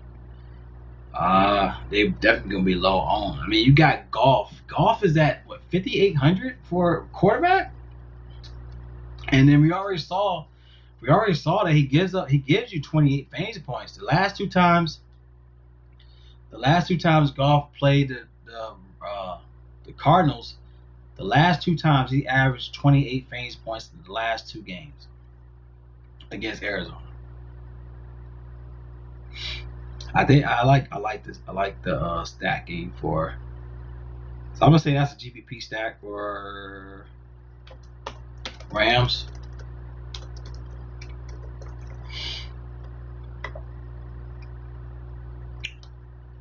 All right, let's keep it rolling. Let's look at Cup real fast. LAR. Yeah, Woods in a good spot. Both was in a good spot. You got Wood. So you got Tyler Lockett had 21 against him. Stephon Diggs had 25. Devontae Parker had 12. And of course, Tyler Lockett had 21 and 56. Everyone remember the 56 he had. He had 20 targets. Good night. 20 targets. I heard Akers is running back one spot. Is he? You know what? I just saw his name, but I didn't look at it though. Let me double check with Akers real fast before I continue. Let me look at Akers real fast. My man's gave a good point with Akers. Let me double check.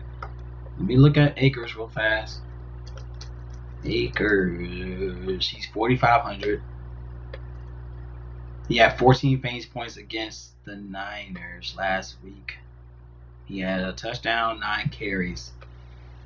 I don't know about he expected to be the running back 3 position. I don't think he's the starter.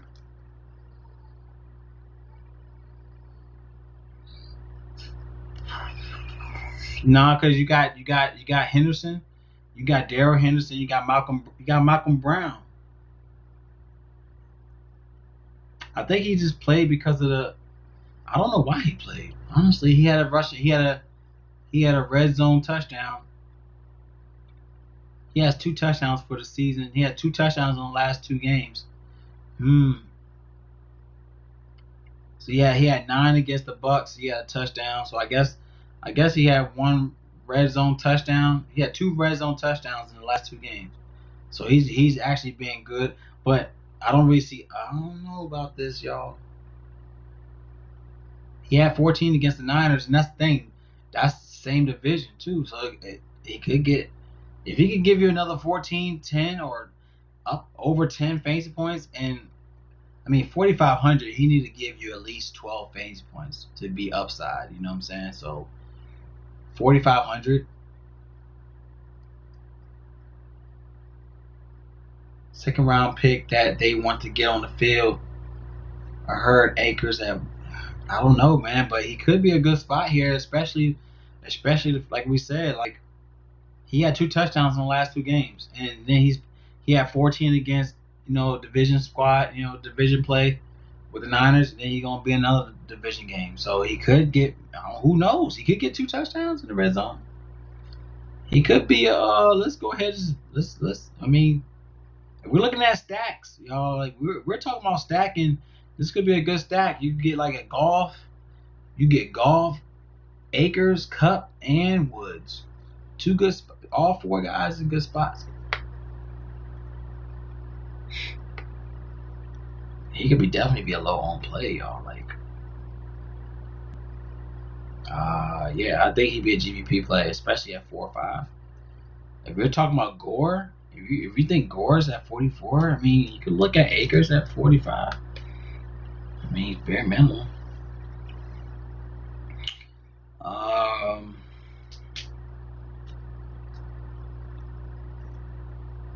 Let's keep it rolling. Dollar waiting on the dime. My bad. My man Brad.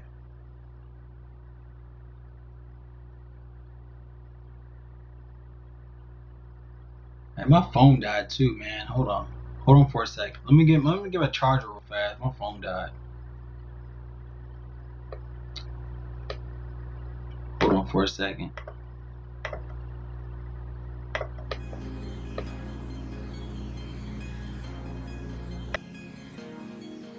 Mellow beat.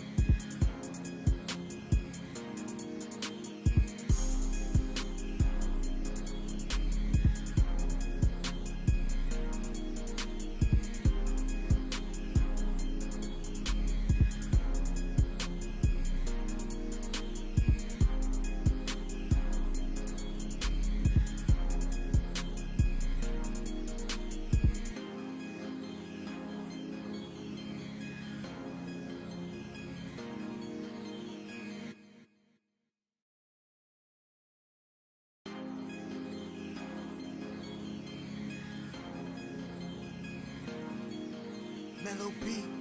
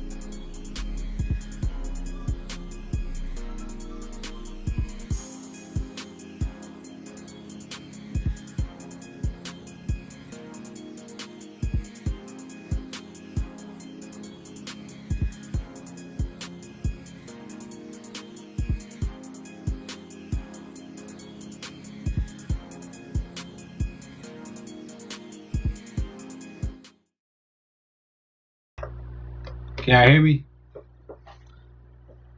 I charge my phone real fast. Let's go. Let's get it. Let's get right back into it. Let's go to.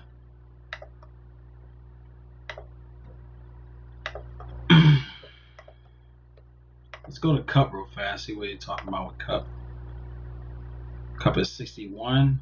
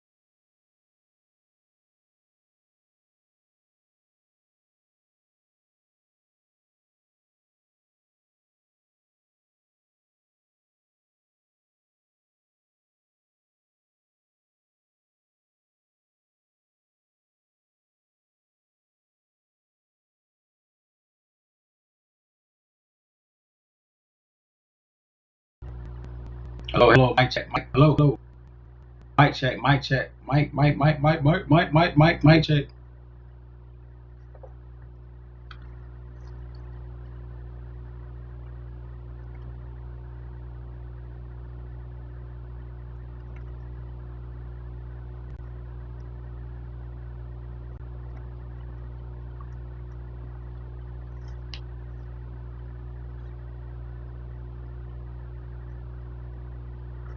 Can y'all hear me now?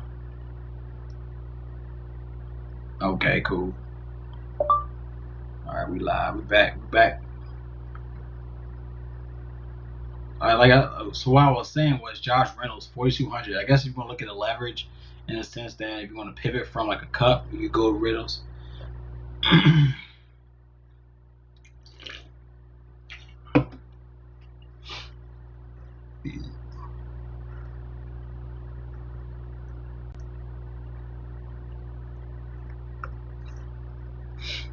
I guess you could look at Reynolds if you want to pivot from a cup play, but I can hear me. All right, cool. As long as y'all can hear me, that's good. I guess my OBS froze on me, so I had to log out, log back in. Let's see. Powerball numbers. So what I was saying is, if you want to pivot from, I guess, a cup, which you want to look at Josh Reynolds at 4,200. Like I said, with Arizona, they're giving up 16 receptions a game in the last four, 1.5 touchdowns allowed in the last four, 55.2 fantasy points allowed when at home in the last four games. They're averaging 43.3 fantasy points allowed for the season. So Josh Reynolds, if you want to pivot from Josh Reynolds, but he's been giving you, I mean, he's averaging 7.8 targets in the last four games. I mean, just in the, I'm looking at since week 6 against the Niners, he had 5 targets. Against the Bears, 8 targets. Against the Dolphins, 9 targets. Against the Seattle Seahawks, he had 17 fantasy points with no touchdown, 10 targets. Then he played the Bucks, 6 targets. Then he played the Niners again, 6 targets. Now he's going to play Arizona. He's getting the targets. I guess you're going to look in the sense that he could be a pivot. You could look at this play for Josh Reynolds here. Let me double check on Draft Dashboard as well, where they're looking at his rating could be. Reynolds. Looking at a 76 for Reynolds. Cup is obviously a good play. You're looking at Cup at 6,100, but if you like I said, I always say all the time, like if you were to play the showdown, if you were to play like a captain showdown, what's up, Jay? What's up, my man, Jew? Thanks for the video, babysitting at the same time. No, I'm not from the Bay. That's what's funny though. So my story is like, I'm from the DMV. I never liked the Redskins when I was young. I hated Redskins. And of course, in the DMV, you're either a Redskin fan or a Dallas Cowboy fan. It's like those are the only two things. Like you're either a Redskins fan or a Dallas Cowboys fan. I hated both teams when I was young, but I liked Steve Young. My favorite to this day is Jerry Rice, Steve Young. Jerry Rice, Steve Young was my favorite players in the '90s. I'm an '87 baby, so Jerry Rice, Steve Young. My favorite player of all time is Jerry Rice. So, yeah. So I was able to meet Jerry Rice, and I got all my cards is Jerry Rice. All I have is Jerry Rice cards. I only have Jerry Rice cards, and yeah, you see my wall. You see my wall. The only players I have so far, I got like Kaepernick, I have Montana. You see, I have Montana, Jerry Rice, Steve Young. So those are the only players I have on my wall for right now. I am looking for Patrick Willis. I mean, Patrick Willis is, one of the best defenders. Defense tackles for the Niners, other than Ken Norton. You're gonna look at Ken Norton. Yeah, man, Ken Norton. I'm looking for Patrick Willis, and I'm looking for a Deion Sanders. Those are the last two jerseys. I don't know if I want to get like a Charles Haley. I like Charles Haley as well. So those are like the 3 jerseys I'm looking for. I mean, I'm an '80s baby, so like I said, like I'm not really into the other players. So, but yeah, that's why I've been a Niners fan.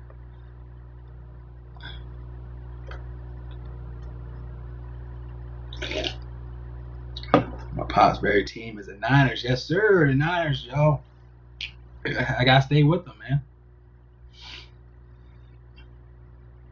But I hated Skins. I hated Cowboys when I was younger. So the first person that caught my eye was Jerry Rice, man. So When I saw Jerry Rice, Steve Young, and I just went from there.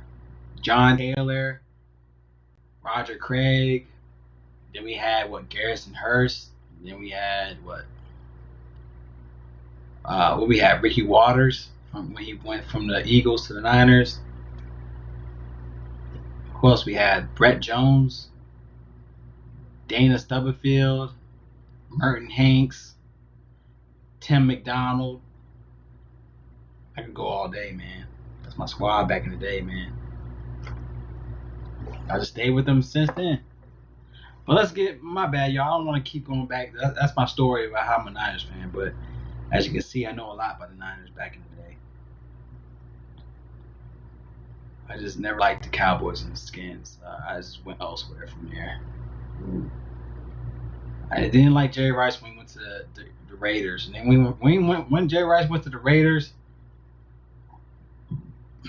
the ultimate Niner is Frank Gore. Yeah, but I don't want Frank Gore's jersey, but I don't want his jersey though. He is a Niners for life though. But I had Garrison Hurst rookie card. It was on when he's from Georgia. It came from Georgia, I think. I think the only card I had was Garrison Hurst rookie card when he was on when he came up from Georgia. I think he played for Georgia. Though. But let's keep it going, y'all. But yeah, appreciate y'all, man. Hey, I had to let y'all know why I'm a Niners fan. Not from the Bay. But I do go to the games though. I do go to the games in the Bay. Okay, now another play. If you want to look at Cooper Kupp, like we talked about Robert Woods. He had an up and down trend. This is another up and down trend for Kupp. Now I'm real suspicious about stuff like that, y'all. Like, don't get me wrong. I like to look at stuff. Like, I like to look at numbers.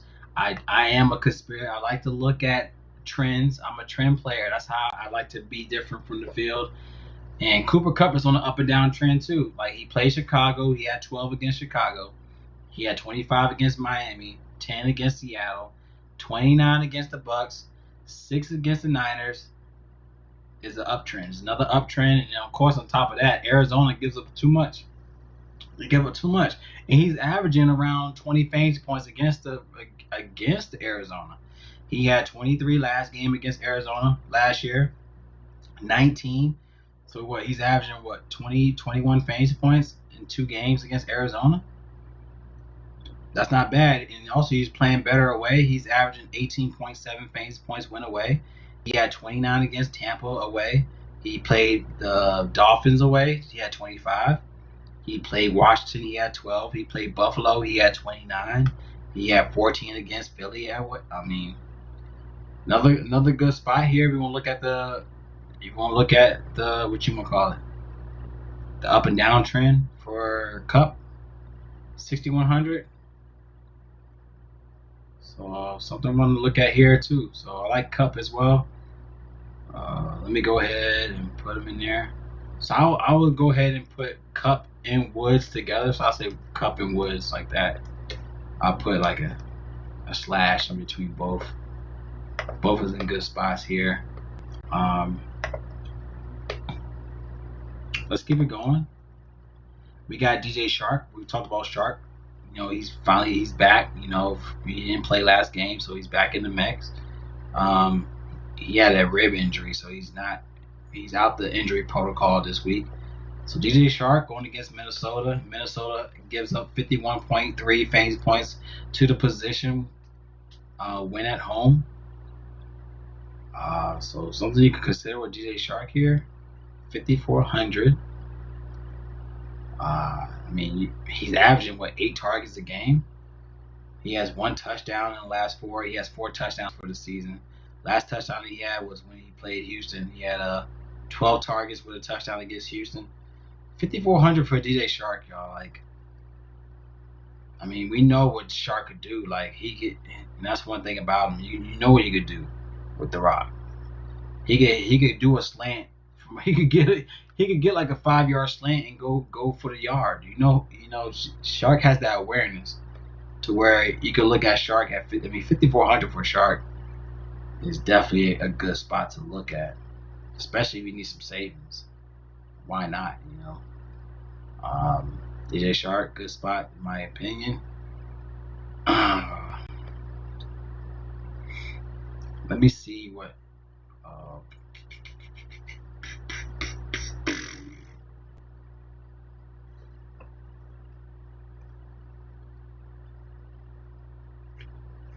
All right, we're in the money so far for UFC, man. We're making money right now.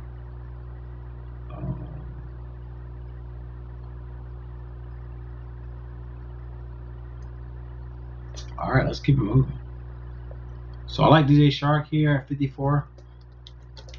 He has a good ceiling. GPP, I like him for GPP.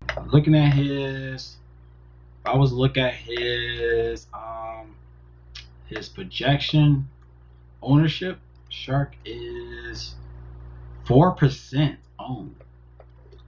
4% owned for DJ Shark. And we already know that they're more likely going to have to throw the ball.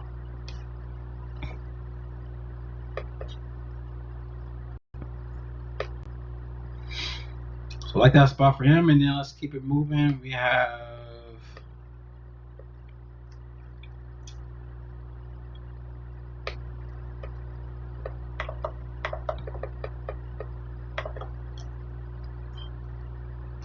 of course you got Chenault. I don't know, 3,600 for Chenault. I'm really iffy about that.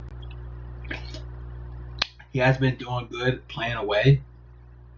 If you want to look at that stat, he's averaging 11.7 for the season went away. He had 10 against the Titans, 14 against the Bengals. He had 15 against Houston without a touchdown either. So he shows he has upside. Now, if he gets a touchdown, he's definitely a savings play at $3,600 for a show. Chenault. My man Mustang, what's up, Mark? How you doing, bro? So I said, like, Chenault could be a nice little GPP play. You want to go Chenault?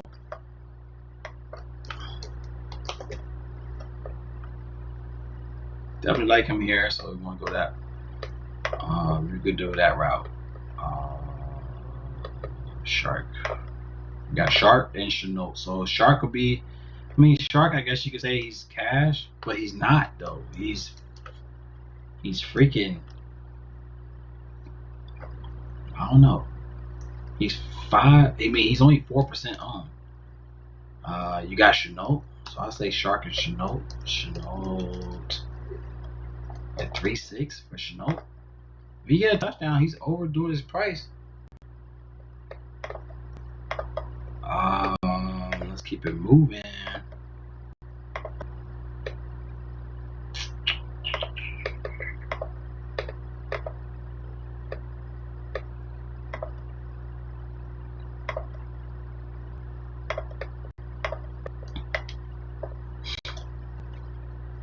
Like Cole 3,800 for Cole.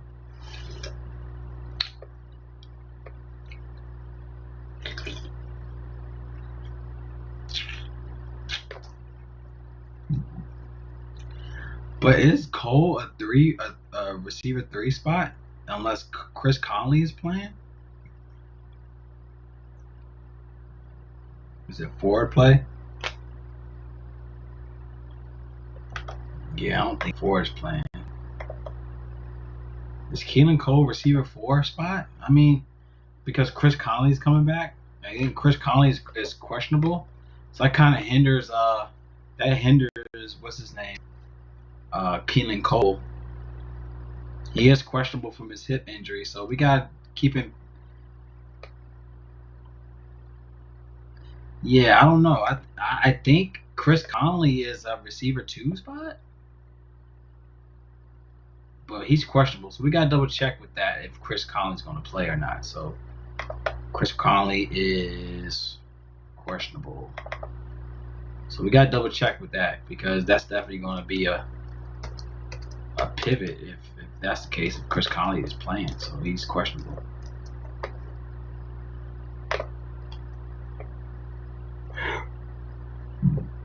Oh man.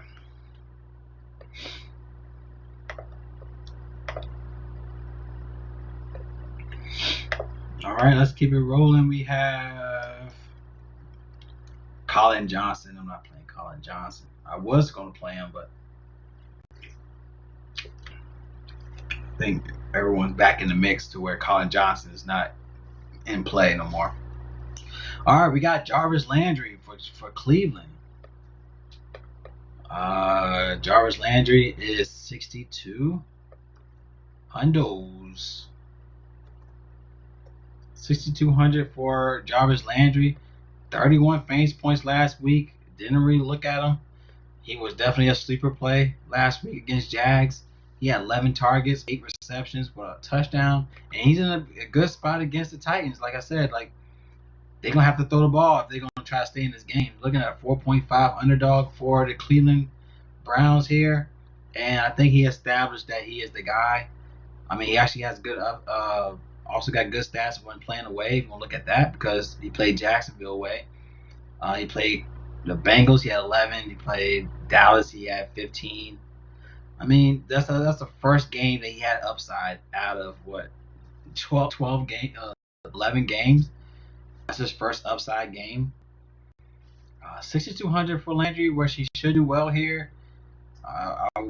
I'll say sprinkle a little bit of Landry, because obviously he could be higher owned because of last week. Let me look at Landry. He is 2 point. No, he's 2 point. They're projected at 2.6. A 2.6.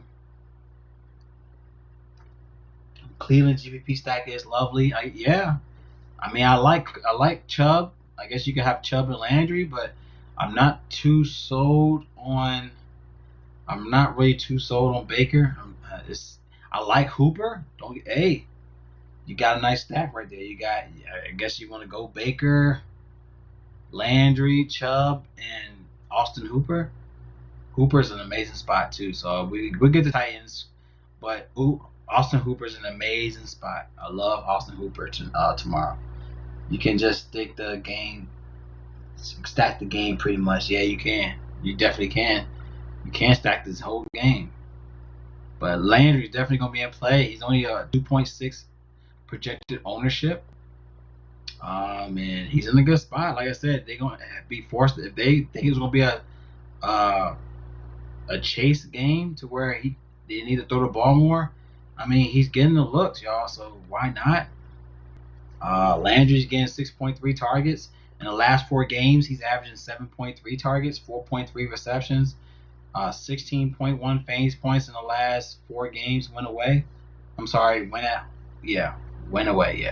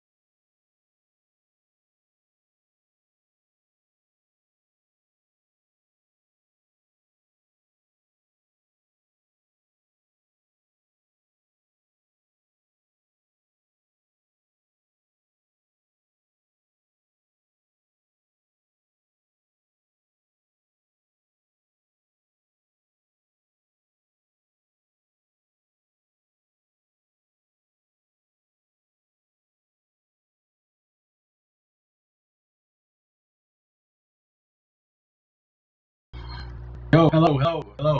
Can y'all hear me? This shit keep cutting off on me, y'all. Can y'all hear me? Hello. You stupid, man. You like, hello, hey. You stupid, man. Hey, shout out to Michael, man. He's a new man. I appreciate you, man, subscribing and hanging out, man. I appreciate you, bro. I really do, man. It's good to have good people, man. I appreciate y'all. I think I'm back on. My color of I'm looking a little pale. I'm looking a little pale on the camera. I'm looking a little pale. Let's see. Let me change it up a little bit. Let me change it up a little bit. There we go. Get some saturation. We get some saturation. Need some brown in there. There we go. Get some brown action. Yeah, need some brown action. Yeah, there we go. Get some brown. Yeah. Need some brown action. Yeah. I think I'm back on. Am I back on? Yeah, I think I'm live. I'm good. I think I'm good. Am I good? Yeah, I'm good. All right, let's keep it rolling. All right, Landry. Like I said, Landry 62. He was 52 last week. That's why I think he's a cash play. They priced him up another $1,000, but he could give you 20 plus again. Who knows? Who knows with Landry, man? Who knows with Landry? But then again, you know what I'm saying? Like, who knows with Landry? But the fact that he's $1,000 more from last week. All right, whatever.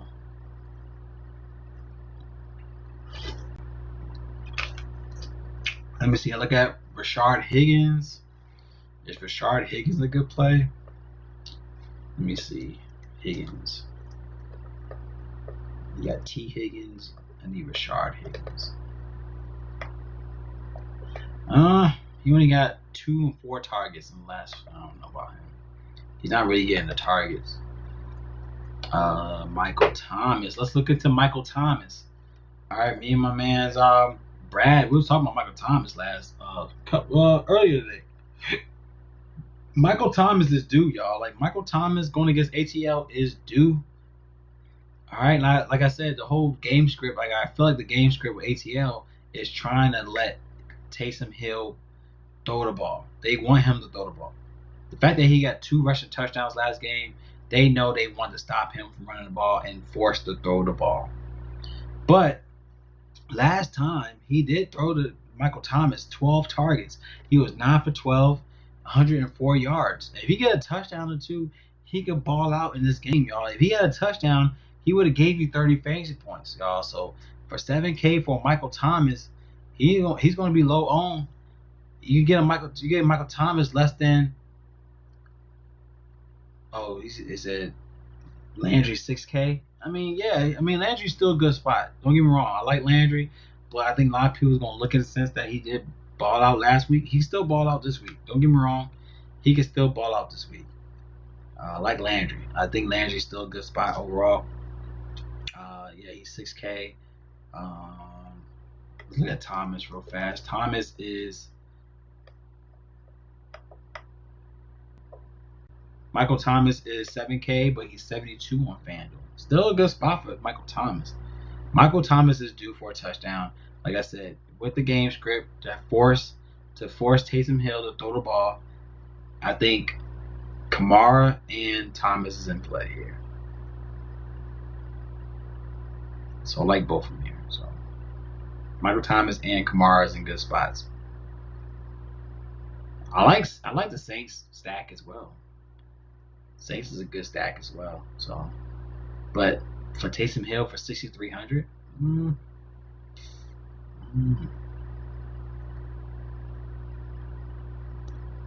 But then again, I like the spot for. You got Kamara 7K.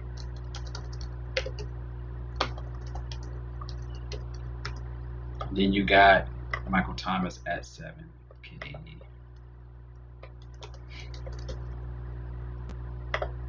Both in good spots here, y'all. Alright. Like Michael Thomas here. Especially against the ATL squad. They allow 187 in the last 4, 209 for the season, 49.1 fantasy points allowed at home, 48.6 allowed at home so far in the last 4 games. Michael Thomas been balling against ATL.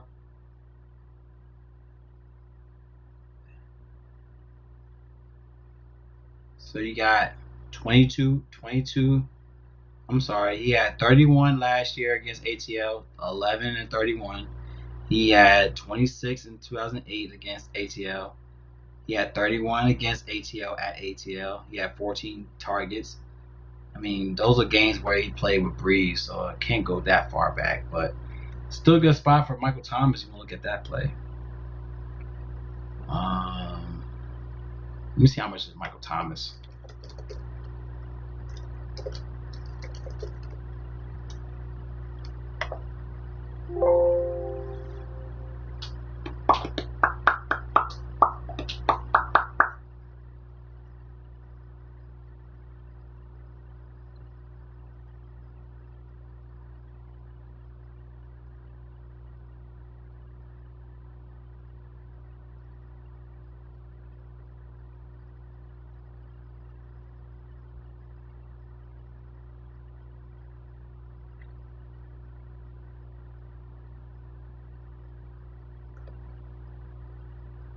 How much Michael Thomas? Gosh damn it. Michael Thomas is 12% owned, projected 12% owned. All right, let's keep it rolling. Let's keep it moving.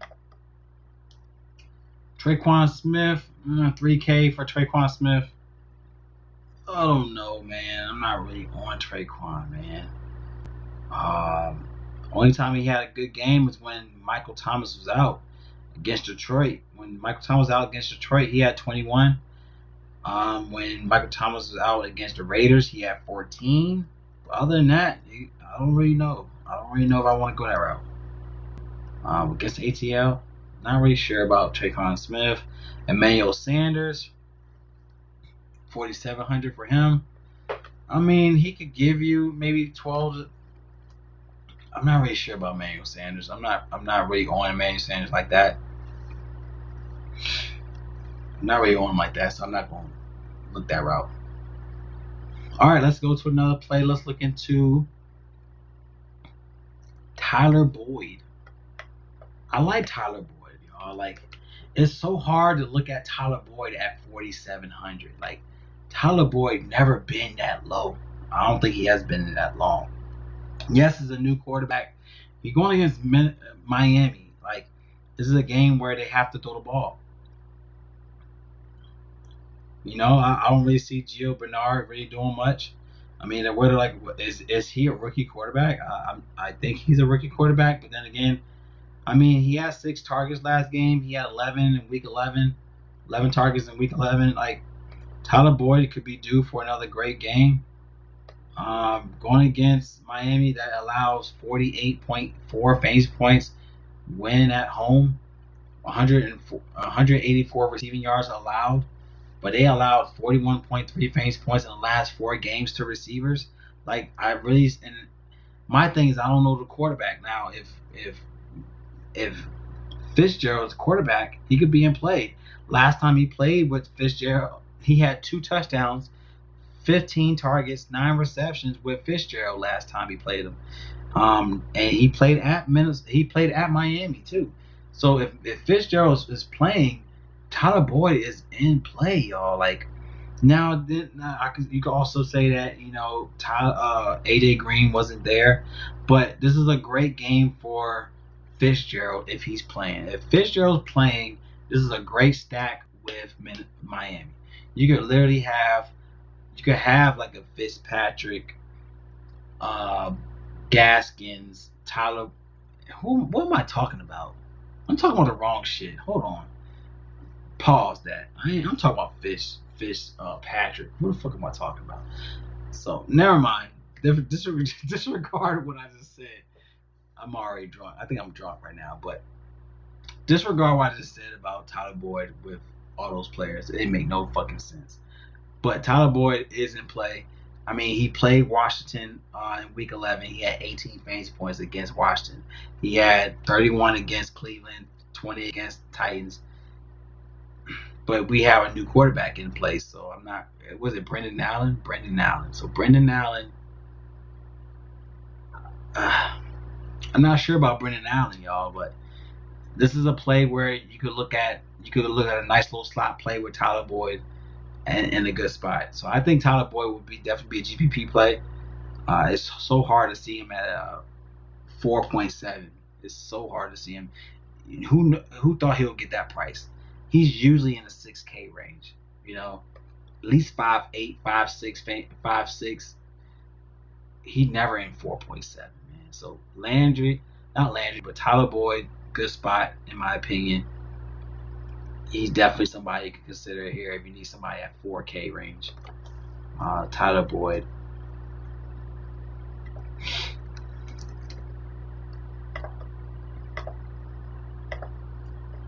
All right, let's keep it rolling. Who else we got here? Shout out to everybody's on the chat, man. Please like, please share the stream. Appreciate y'all. We did have a bunch of trolls earlier, which was cool. It's just funny what they were saying because none of it made sense. T. Higgins against Miami. He's averaging around 8.3 targets a game. He had 15 against Giants with a touchdown last game. T. Higgins could be in play once again. Cincinnati. Yeah, he could be in play again. T. Higgins is in a good spot once again too. I mean, they could be real sneaky here.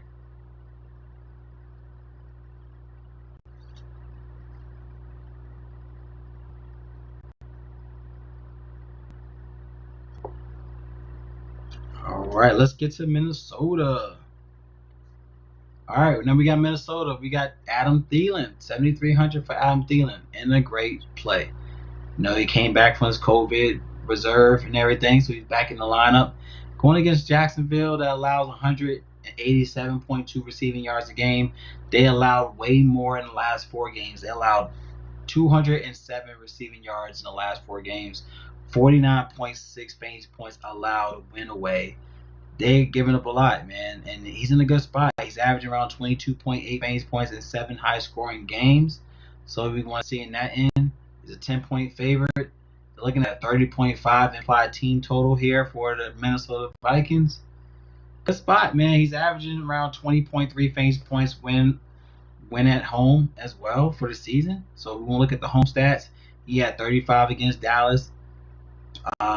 He did have 6 against Detroit. He had 14 against the Falcons. He had 34 against the Packers. So those are only 2 games where he had upside. So I'm not. It's iffy. But he has 4 touchdowns in the last 4 games. 11 touchdowns for the season for Adam Thielen.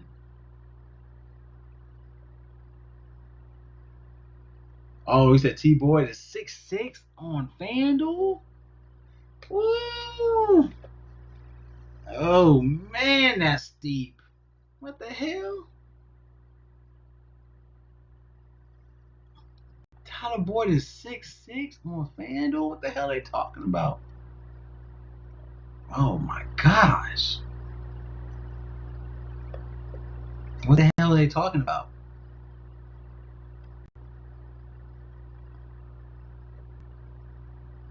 Shit, on FanDuel? Man, whatever, man. I can't do that price on FanDuel.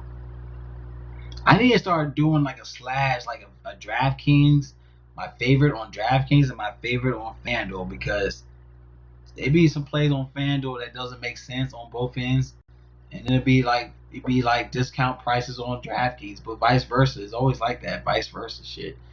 I might have to just start doing like a Draftkings favorite and a FanDuel favorite, because shit like that is not gonna slide. Like I can't pay 6'6" for Tyler Boyd on FanDuel. But yeah, so we got what you gonna call it? Justin Jefferson's in a good spot, averaging 8 targets in the last 4 games. He had 25 against the Bears, 18 against Cowboys, 26 against Carolina. And he's always been a good play at home too. He had 34 against the Titans, 43 against the Falcons. He had 9 against Detroit. So those are the 2 games that was his big upside points. But they're in good spots regardless. If Trey Herndon, he's garbage. So this is a good game regardless for Thielen and Jefferson. Both guys are in great place. He's averaging 22.3 fantasy points at home for the season, 6 touchdowns for the season, 3 touchdowns in the last 4 games. So he got he has 3 touchdowns in the last 3 games. Good spot for Jefferson and Thielen, man. Super draft 2, no salary cap, no sharks. Yeah, I need to get back on. I need to start getting back in super draft because I have been slacking on super draft. My man Fred Matthews, he got me back on super draft because there's literally no sharks. You could literally stack money in super draft easily. You can stack so much money on super draft, it's not even funny. I need to start getting back in that because we were stacking money in super draft. Let me go ahead and put in Thielen and Jefferson, obviously for position plays. We got Thielen / Jefferson.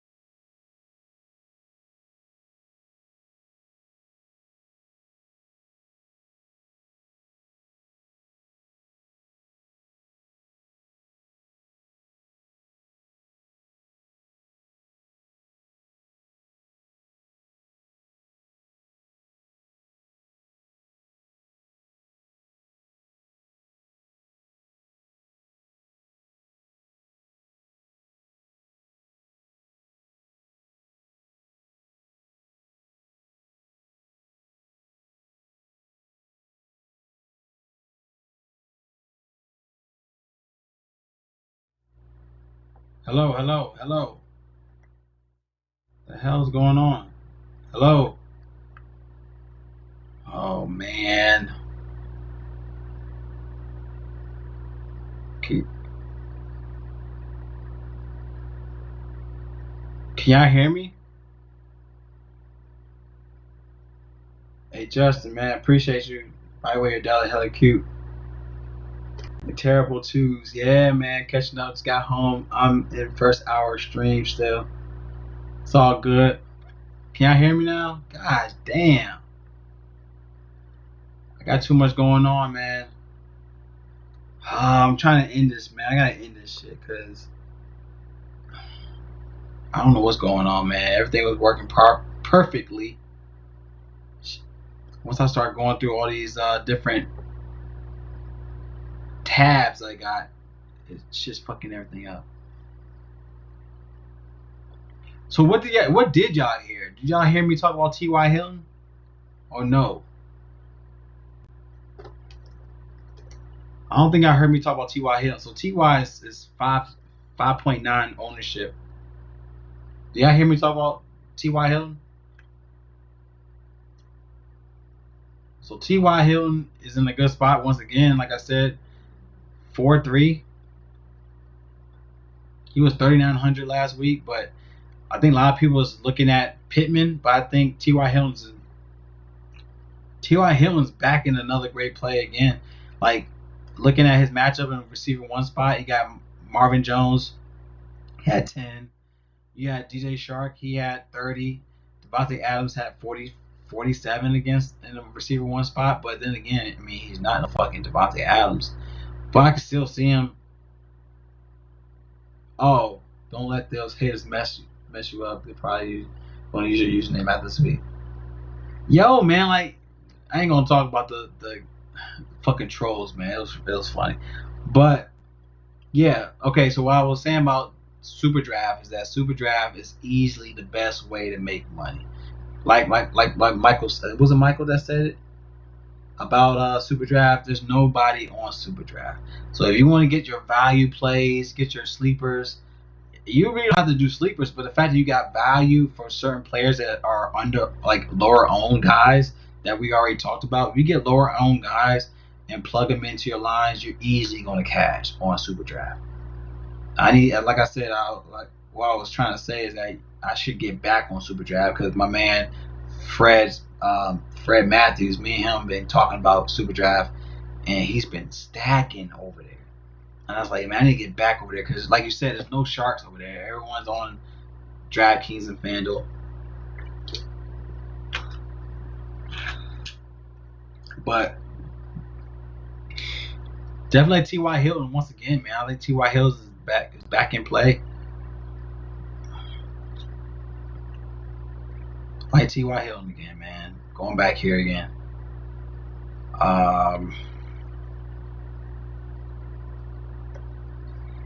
T.Y. Hilton back at GPP, man. Like he could give you 15 to 18 fantasy points. I think he's back in the mix again. Like if you want to look at Indianapolis Colts as a nice little pivot, if you want to look at them as a nice little GPP play, you got Phillip Rivers, Jonathan Taylor.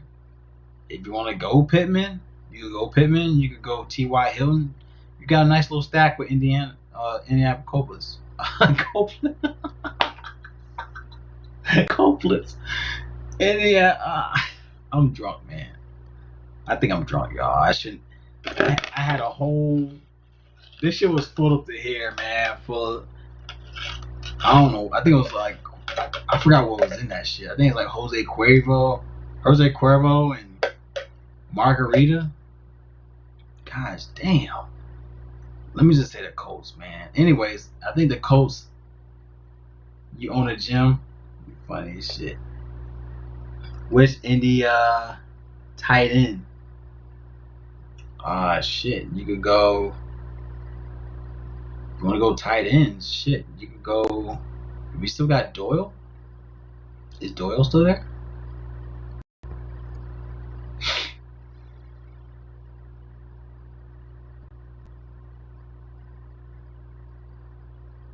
That's funny. Hey, just The dude said I was on steroids, man. I'm like, I'm not on no damn steroids. Fuck wrong with you? They just hating on him. I got gains, man. I'm in the gym getting some gains. I'm getting some gains. Can you say Jack? Is it Doyle? Is it Doyle? I don't know. He's in a good spot against Houston. Got Trey Burton.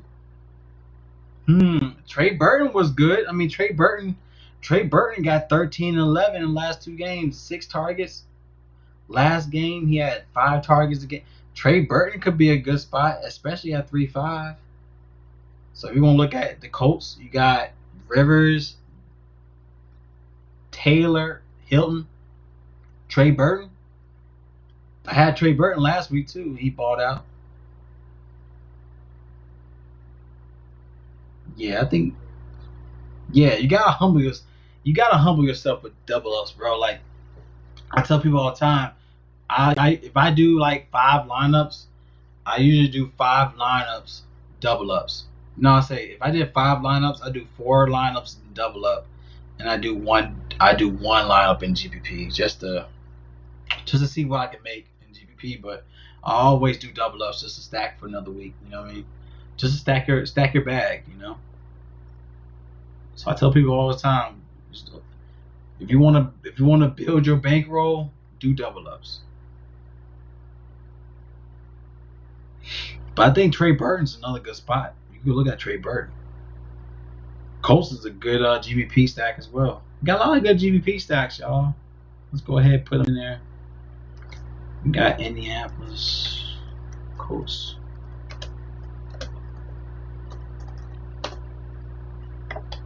Nice little stack for them. All right. Let's keep it moving. Sorry, y'all. I'm trying to keep tabs on this UFC. So far, I'm 3 for 3 right now on the UFC right now. So we over here stacking over here. All right, let's keep it moving, man. I want to keep it going. Let's see. We got Chargers. Anytime you want to play Chargers, you got to look at Keenan Allen, especially at home. We all know what he can do at home. He's a baller at home. He's 8,100 though.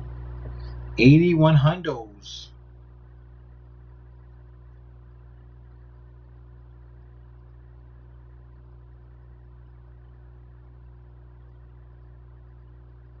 All right. We got Keenan Allen at 8,100. But one thing about Keenan Allen is he balls at home, y'all. He's averaging 28.6 fantasy points at home. He had 34 against Carolina, 26 against Jaguars, 28 against the Raiders, 39 against the Jets, and he's back at home against the Patriots. And where Patriots give up 43.7 fantasy points at home. Keenan Allen 8,100 though. I'm not really sure about that, but he's still a good spot to consider. Definitely will put him in a cash play because Keenan Allen is one of those guys you just lock and load at home, man. Good spot for him. 8,100 though. I mean, you could look elsewhere. Obviously, you could look elsewhere, but he's still a great cash play. Even look for Keenan Allen at home.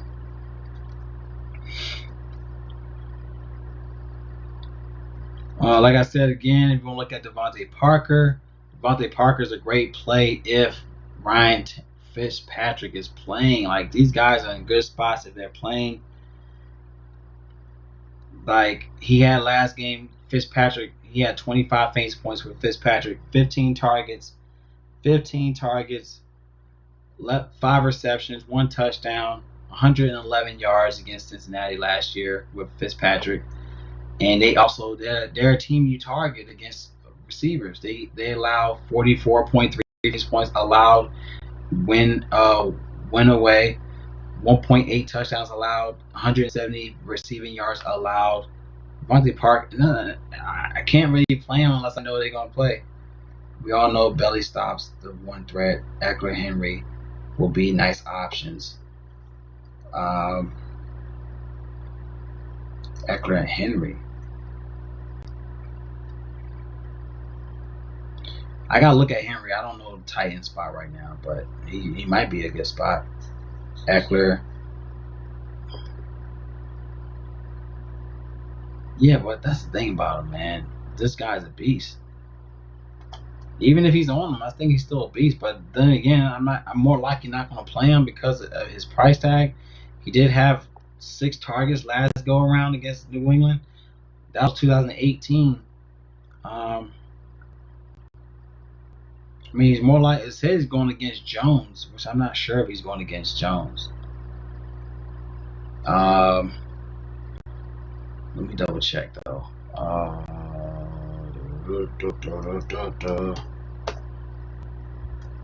Yeah, I mean, you could go Guyton. What is it, Guyton? I think his name is. You could go Mike Williams. There are different plays though. You could also go different plays, but I like Allen though. Looking at Mike Williams, he's in an up-down trend. If you want to look at the trend, you can go with the trend play. Trend. He had 13 against the Raiders, 6 against Miami, 17 against the Jets, 6 against Buffalo, and he could bounce back up with New England. So you could go Mike Williams. He had 6 targets in the last 4 games. Could be a nice little pivot. Yeah, Mike Williams definitely in play. I'll say more so Mike Williams, GPP.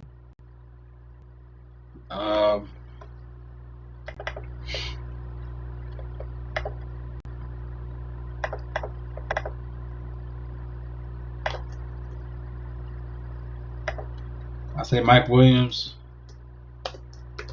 GPP, Allen as cash. That's reasonable. I can say that. I think that's reasonable.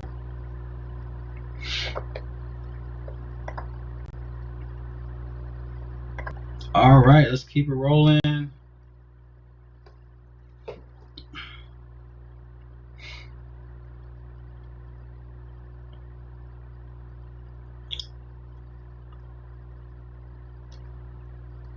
Let's look into Bears. I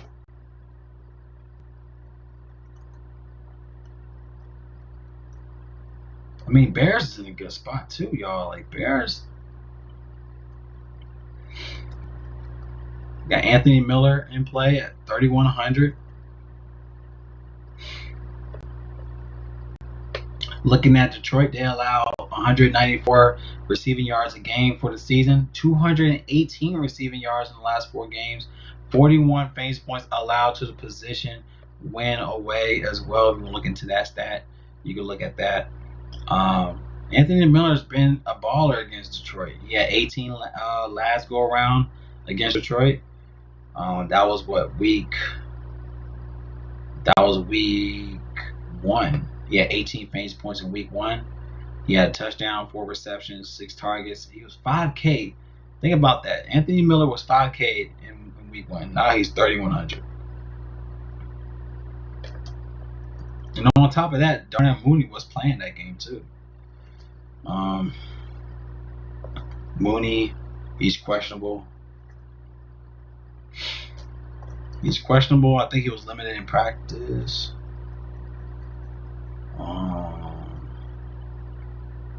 Yeah, he was limited in practice on Friday. So you want to look into the stat that Miller could be a play at 3,100. Something to look at here.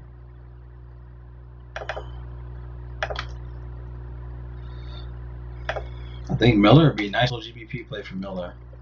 You can look at. I like Miller a lot here, especially against this matchup. Of course, Allen Robinson, 6,700 for Allen Robinson. He's done well. He's averaging 16.5 win away. Win at home, 17.3 for the season. He had 12 last go around in week 1. I mean, this is a good spot for Chicago too. I mean, Allen Robinson is one of those guys. He's getting the targets. He's averaging 9.5 targets a game. You can look at this play for Allen Robinson at 6,700. I think he'd be more so. What you call it? A cash play for him. But I like Anthony Miller for GVP. But Robinson is definitely going to be a cash play. All right.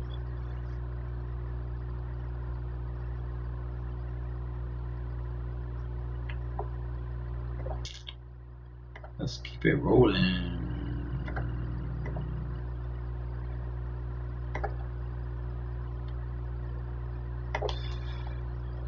Okay, so we got Miller.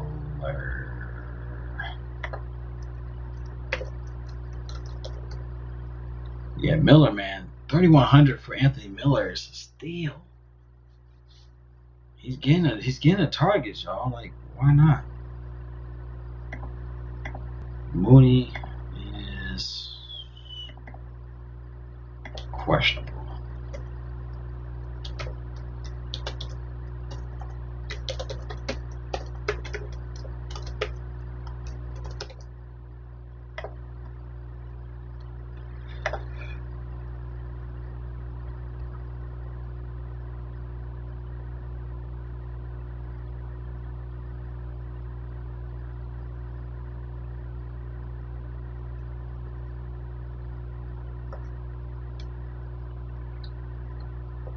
Yep, so like Anthony Miller.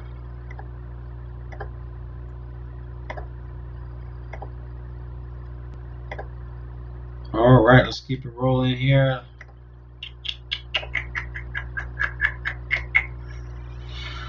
Oh boy, my back hurt, y'all. Let's look at Houston. Of course, you got Brandon Cooks at 5,600. I mean, last time he played the Colts, it was 2015.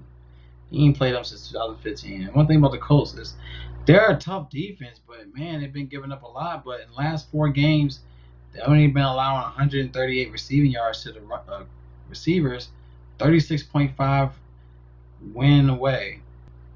I mean, he's averaging 6.8 targets a game. I mean, without Fuller, someone has to catch the ball. But one guy in particular that I do like is Kiki Coutee, man. Like 3,500 for a guy I feel like you could pivot from. I mean, he done well against the Colts previously. Like, he had 12 against them in 2019. 2018, he had 14 targets, 11 receptions, 1 touchdown. He had 15 targets, 11 receptions, no touchdowns in 2018. 3,500 for a guy that you see upside, especially without Will Fuller, is something to look at. I mean, he had 3 targets against the Lions, 4 targets against the Patriots in his last 2 games. He did have a touchdown against the Patriots. 3,500 for a guy. I'm more likely going to pivot to a Coutee opposed to Cooks. That's just my opinion, but I mean, I'd rather pivot. You know, I like him at 3.5. So I'm gonna go Coutee at GPP.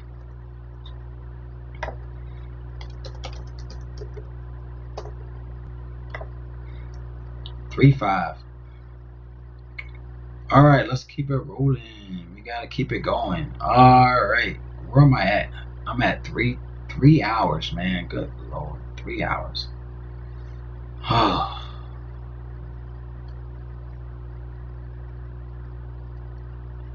right, 3 hours in, man.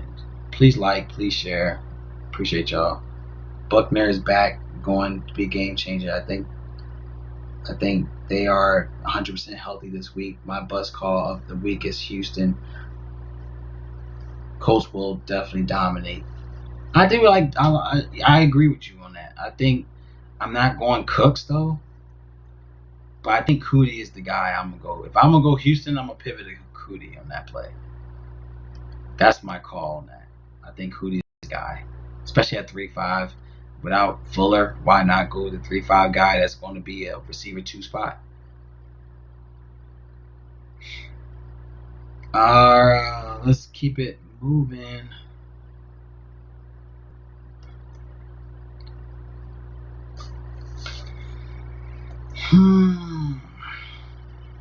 Of course, you got Seattle with DJ Metcalf.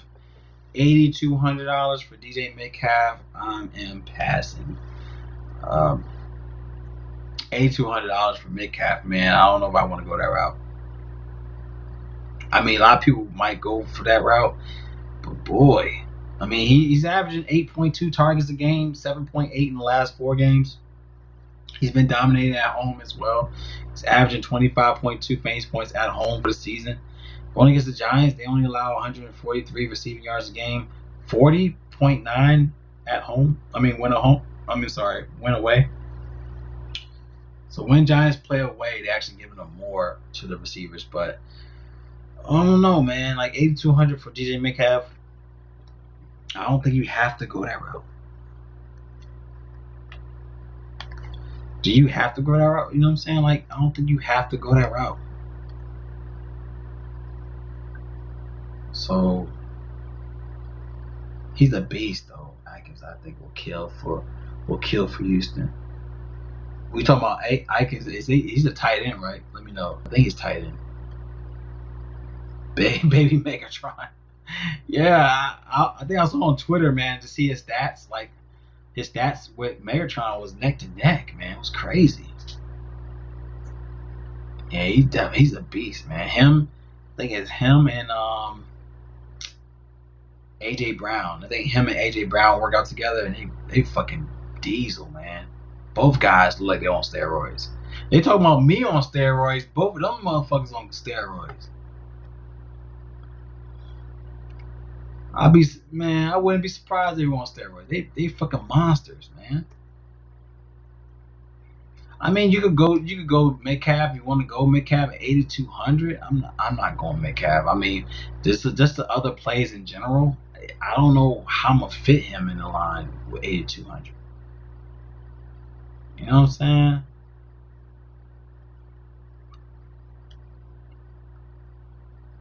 Let's see. All right, y'all. I'm 4 for 4 in UFC. I'm over here stacking. I'm stacking so far now. I'm feeling good. I'm feeling good right now.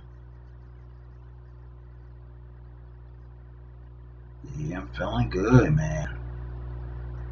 I got 2 more games to go. I got 2 more fights, man. I hope I make some money. No, 1, 2. Yeah, 2 more fights. 4 for 4. Appreciate you, man. Appreciate you. I had Tapora, Collier. Collier was a good play. He was so damn fat, but he was 20 pounds heavier. So I'm like, shit, fuck it. If he's 20 pounds heavier than his opponent, he should dominate. I had Smoker. I have Justin Edwards James. And I got, Vittori against Hermanson? Oh, boy.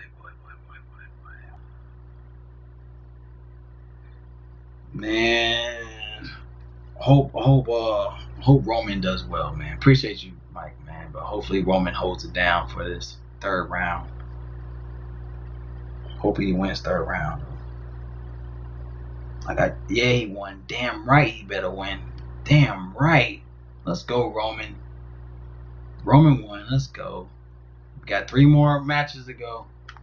Alright, let's keep it rolling. We're in the money right now, so trust and believe if I win big, I definitely will have what you call it when you have when you want to give out money to somebody, you know?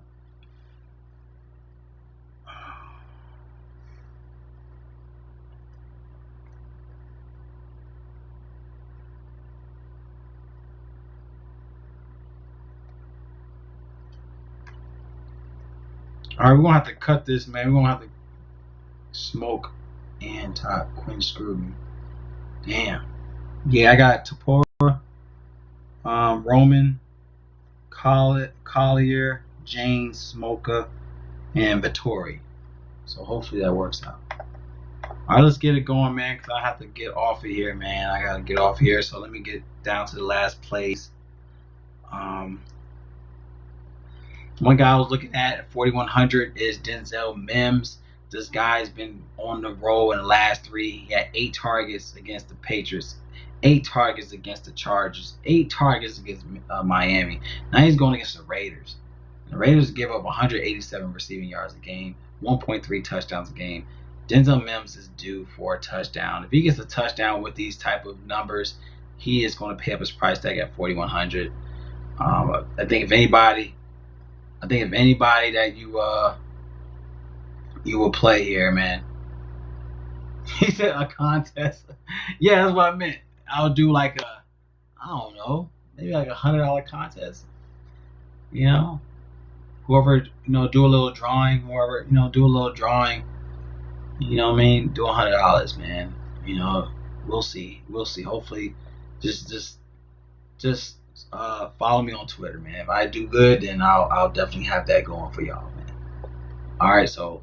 But I like Denzel Mims. It's 4,100 for Denzel Mims. He is dude. They call it married.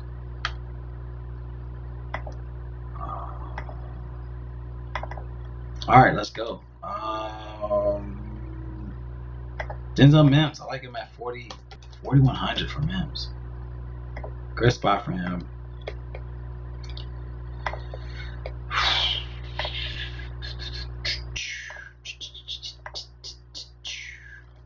Perriman, I guess you could look at Perriman at 39. He had 30 against New England. 13. He has 3 touchdowns in the last 4 games. So he had 2 touchdowns against Patriots, 1 against the Chargers.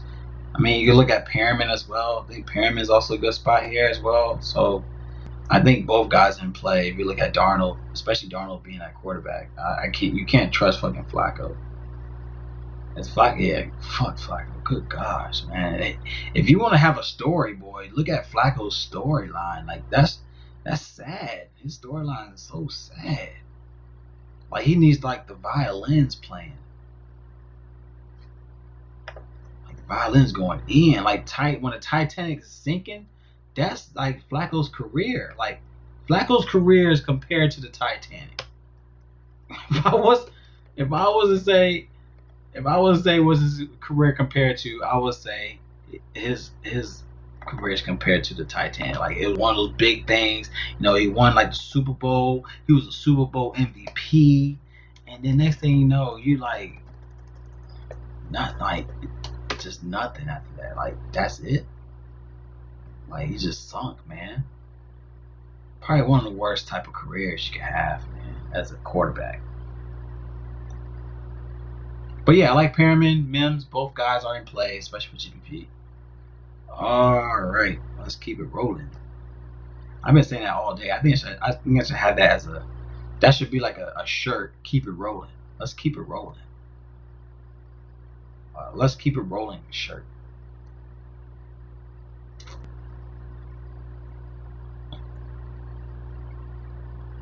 Anybody else you like? Let me know in the comments. I'm pretty much done with receivers. I'm pretty much done. I'm not really looking at Detroit. I guess if you want to look at ATL, I would say Calvin Ridley at all players, unless Julio's playing. If Julio's playing, then I guess you could look at Julio at what 6,600 is still a nice price. I think also there's a few guys. I think Robinson is questionable. So if Robinson is questionable, definitely give him more looks. He said, "Yo, I'm dying." Crack is hell of a drug. Oh yeah, I'm wildin', man. Yeah, man, that's a tough story, man. Like, I ain't lying to y'all, man. It's a tough storyline with Flacco, man. But I think if Julio's playing, I think I like Julio, especially if I think who's out for Saints? You got who is out for the Saints? You got who's out for the Saints? Yo, the cornerback that's out. Good grief, I can't think of his fucking name. But anyways, he's out, and then you got Patrick Robinson that's questionable. So it's question if he's questionable, Julio Jones is in play if he plays now. Of course, if he's out, then yeah, look at Ridley. So I would more likely say injury to the watch list. ETL. Jones. I feel like Jones is like another 80. He's another Anthony Davis. Like he's always questionable. Like this motherfucker, he's always questionable. He's never healthy. But it's like he's never healthy, man.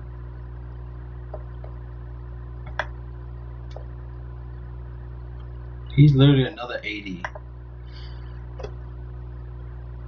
But like I said, if he's playing, if Julio's playing, I like Julio. But if he's not playing, give me Ridley if he's not playing. And on top of that, you got freaking what, Hurst? Hayden Hurst as well. If you want to look at that route. Yeah, you got those guys in there. Dang, man, I appreciate you, man. He said ATL for all the money, all the monies, all the honeys.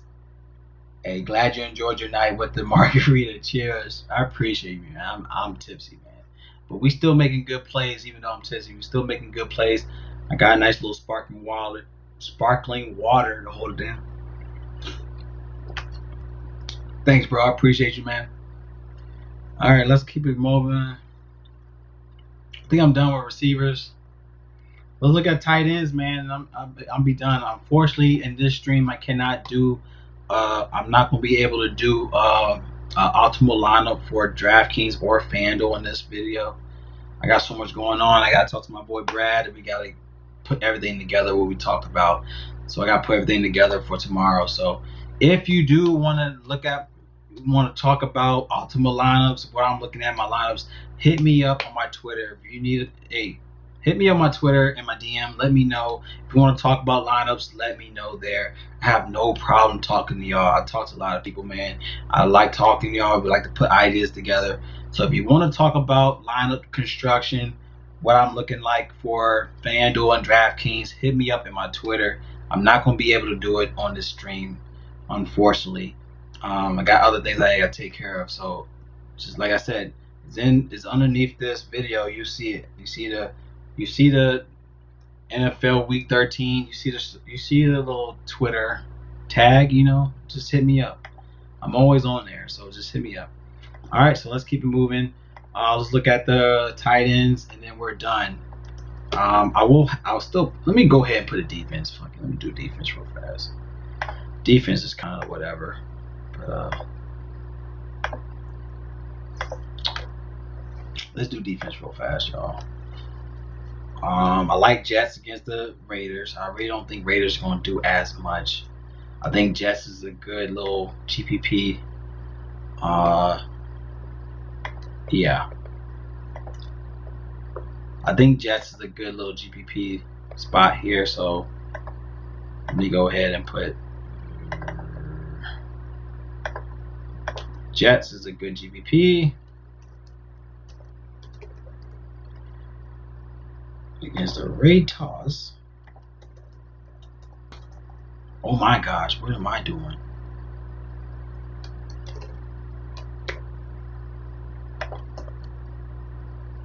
Oh shit, I'm about to fuck everything up. Jets, GPP. I gotta make this smaller so y'all can see this. I don't think y'all can see it. There we go. There we go. I think y'all can see it. Can y'all see the GPP Jets on there? Let me know. I want to make sure y'all can see everything on the screen. I'm trying to kick it with, yeah, man, Jets going to end their streak. Yep. I'm trying to kick it with you and Brad no more. Yeah, me and Brad gonna hold it down, man. I gotta talk to him real quick because Cause me and him been trying to do big things with the NFL, but I had to make sure I do this for my channel, so I wanted to at least get my plays in for the channel. But yeah, like I said, hit me up on my Twitter, yo. Just hit me on my Twitter. Definitely get you on. Just hit me on my Twitter.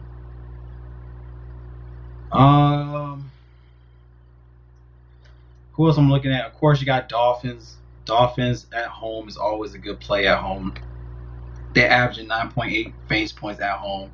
Averaging 11.8 fantasy points at home in the last 4 games. So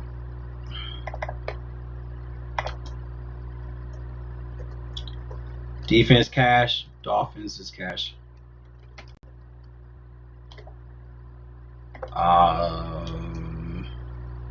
Packers might be a little sleeper. Packers going against Philly. I don't really see Philly doing anything. Like we were talking about I literally skipped through Philly. Like Philly's averaging 1.3 interceptions a game. They're garbage, man. Opposing defense is averaging 11.3 fantasy points. I think Packers could be a great play. Packers is definitely a play at 3,800 for the Packers.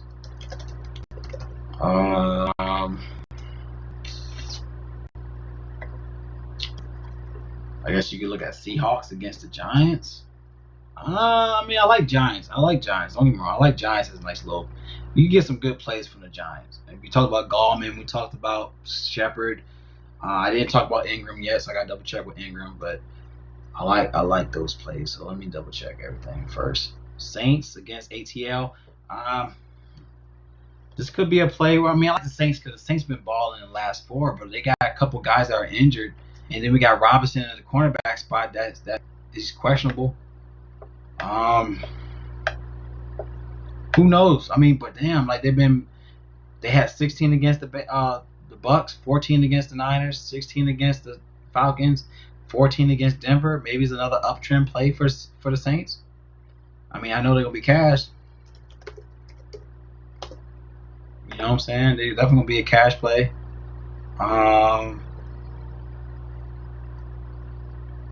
What else can we say?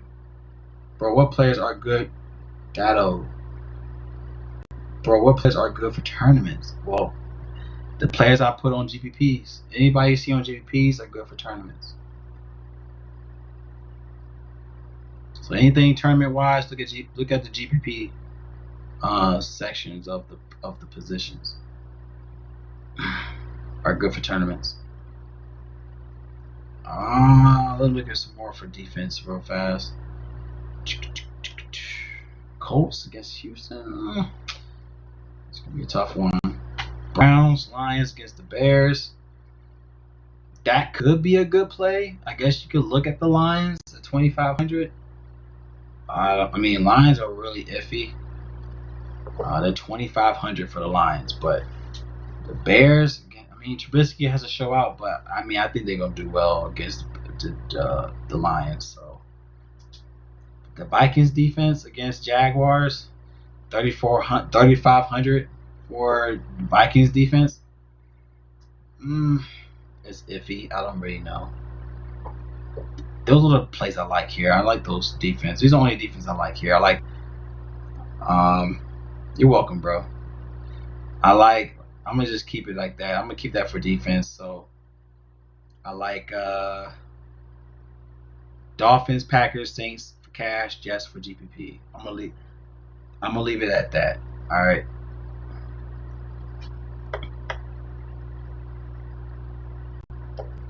Let's look at tight ends real fast, and then we're done, y'all. Let's get in. We'll be done. All right. Easy play for me will be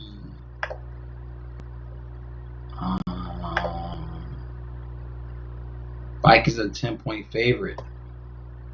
I like Vikings, man, but man, I don't know. Because the reason why I say I don't know is because, like, do you want to go 5-man? Do you want to go Cousins? I mean, you can go that route. No Josh Jacobs, no Josh. Yeah, you're right. Yeah, you right, Julian. You right, G. I see you over there making some good calls, G. Let's go ahead and put Vikings in there, just because my man said that. I'm gonna put your name next to it too, just so everyone knows my man, my man Julian said that. Julian. Just to let you know, you see it right there, Vikings Julian. All right, so hold on for a second. I gotta give milk for my daughter real fast, and I'll be right back for the tight end spot. All right.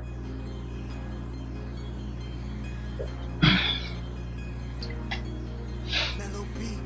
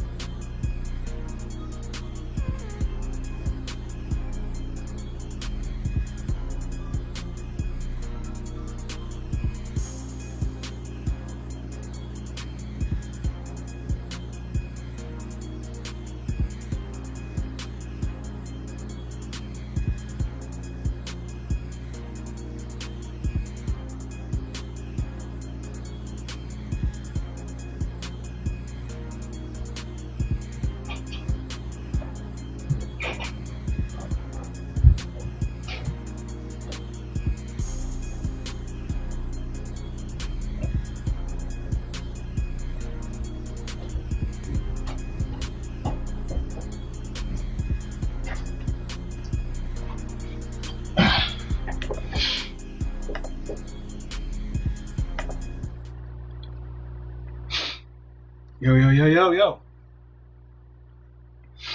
All right, let's knock this out, y'all. Oh boy. Who to blame? Julian.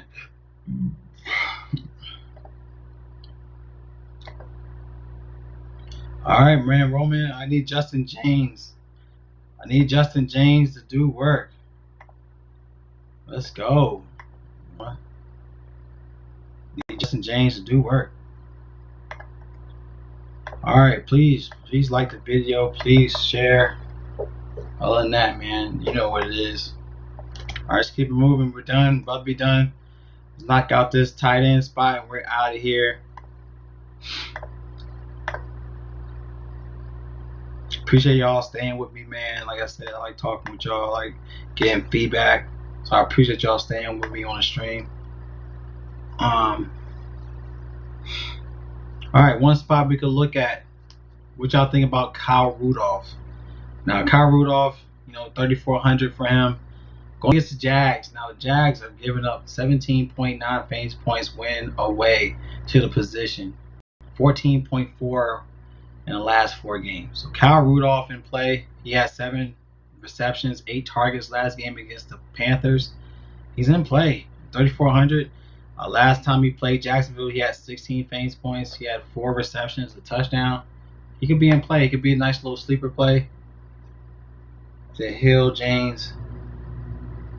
My man. That's what I'm talking about. Yeah, I got James and I pivot from Hill. I didn't play Hill. I went Vittori, but yeah, Hill is a great little pivot. Because OSP was he gained weight, man. It doesn't look good for OSP to gain that much weight. Usually he's real slim, so this could actually hurt him in this play. And Hill look like he could be a great little underdog. All right, so let's go. Like I said, Kyle Rudolph is in a good spot. I like him here. Kyle Rudolph at 3,400. Like I said, he could be in a good spot here. He showed that he could do work. To see a guy that's still he's still holding on. Yeah, I like Kyle Rudolph. Irv Smith is out too, so Kyle Rudolph definitely in play. Like, that's what I'm saying. That's why I can't replay Vikings defense. Like, if you want to go like Cousins, Cook, Thielen, Jefferson, Rudolph, boom, there you go. You know what I'm saying? But it's gonna be tough to put. You can't. Either you're gonna play Rudolph, or you might want to pivot from Jefferson, or that's why it's tough to say Vikings defense. You know what I'm saying? Because Draftkings, you only could do 5, and then on top of that, FanDuel, you only could do 4 players on FanDuel. So, but like Rudolph here, I'm gonna just say cash, only because of the fact that Vikings is more of a cash play too. So Rudolph, I mean, he could be a GPP. He could be a GPP play because of the fact that,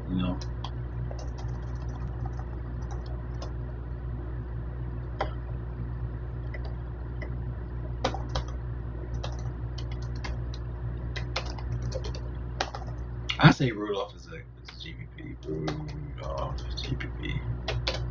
Because even though it's a cash stack, he's more likely not going to be the guy that you're going to put in the stack. You know what I'm saying? Yo. Hey, Brad. Can you hear me? All right. Sorry about that, bro. I was gonna go ahead and knock out the tight ends, and then we're done. I'm done, man. I just want to knock this out before we'll talk. So I ain't want to hold you up, though. I ain't want to hold you up either, too. Are you done? Well, I'll be done in probably less than 5 minutes.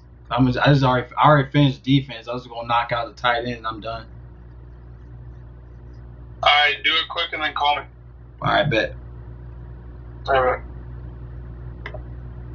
Yes, sir. So let's go ahead and look at Robert Tonyan. If we want to look at Robert Tonyan for the Packers. All right, Tonyan, 3,700. This guy, 15 against the Colts, 18 against the Bears. You know what I'm saying? Good spot for him. He's going to be low on as well. Looking at Philly, they give up 16.5 fantasy points allowed to the tight ends in the last 4 games. 15.9 for the season. Win away. All right, Tonyan is definitely in play at 3,700. Definitely could look at him here. Yeah, 300. Ooh, Julian about to get that cash, boy. Robert Tonyan, good spot to look at here as well. 3,700. To me, he's gonna be a cash play, but I like him anyway. Tonyan, good spot to look at for cash. Just a good spot overall against a weak team like Philly against a tight end spot. All right, let's go to got Darren Waller, obviously. Darren Waller against the Jets.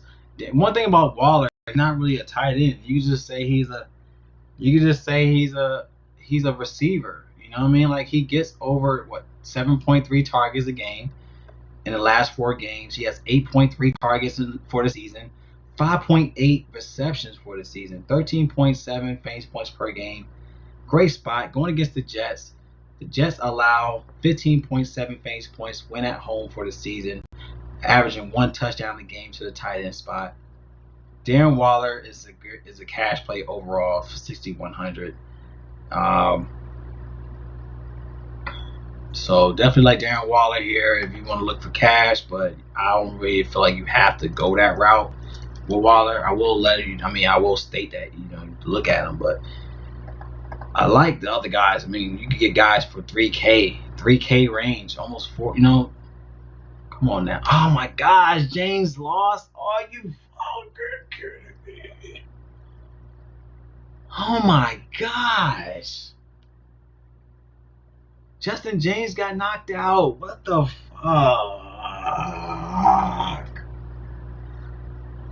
Fuck my line up. Ain't that a fucking...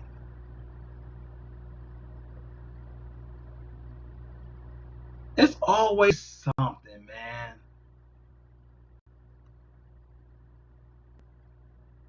Ain't that a... I knew not to go James.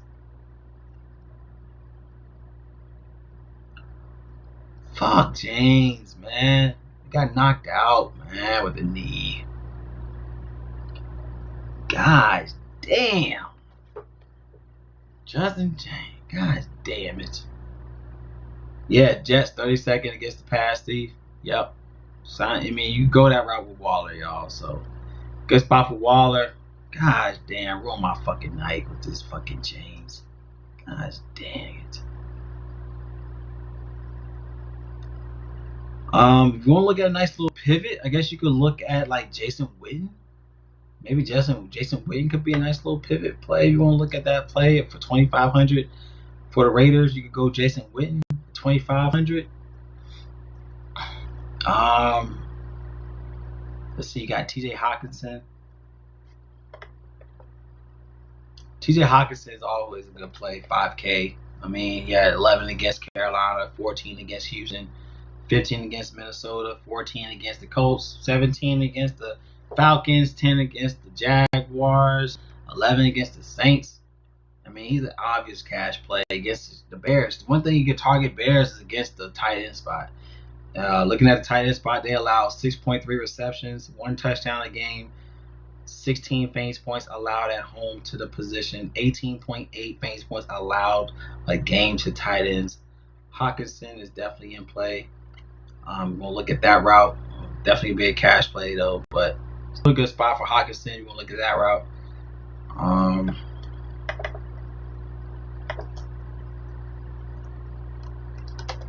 Hawkinson.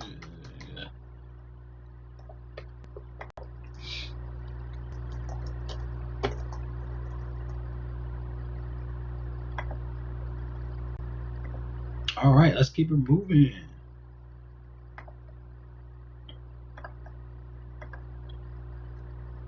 We got Austin Hooper. I talked about Austin Hooper last time. Austin Hooper isn't a great play against the Titans.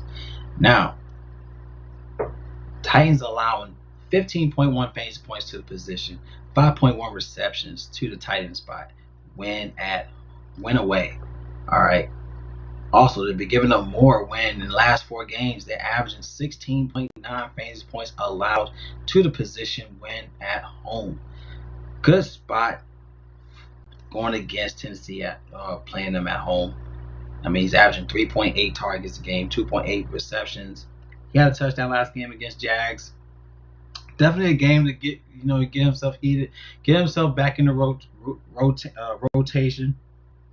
He was out in week 7, week 8. He was out in both of those games. So getting back in the rotation of things, I think he could bounce back here at 3,800. So like this play for Hooper for Cleveland, especially at his price tag at 3,800. 3,800 for him. I can't believe James fucking got her. God dang it. Ruined my line, G. Shit pissed me the fuck off. Hooper. GPP. I know everyone's talking about Tennessee. Let me get to Tennessee real quick. Sorry about that, y'all. Yes, I like Gesicki.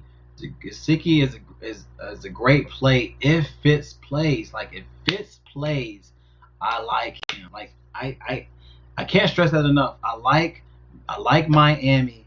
I will like Miami if Fitzpatrick plays. If Fitzpatrick plays, then these guys are in play, y'all. You could play Fitzpatrick, Parker. These guys are in play. You could play just Gesicki. The only reason I like it if he plays though. Like that's the thing. Keep that in mind. Only time I'll only play them if he plays. I like him. All right. Let's look at Tennessee. Y'all was talking about Tennessee. Y'all been constantly telling me about Tennessee. Like Anthony Ferkshire is a great play. $2,500 for him. No Janu Smith.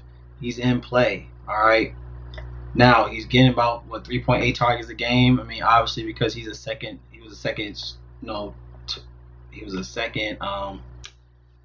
tight end spot.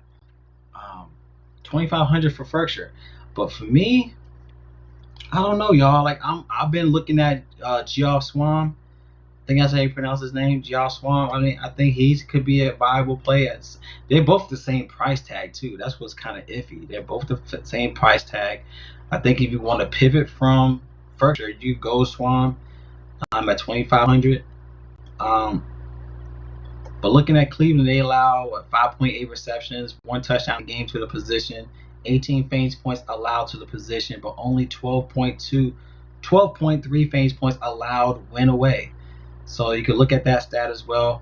If you want to look at Geoff Swarm, good spot for the tight end 2 spot.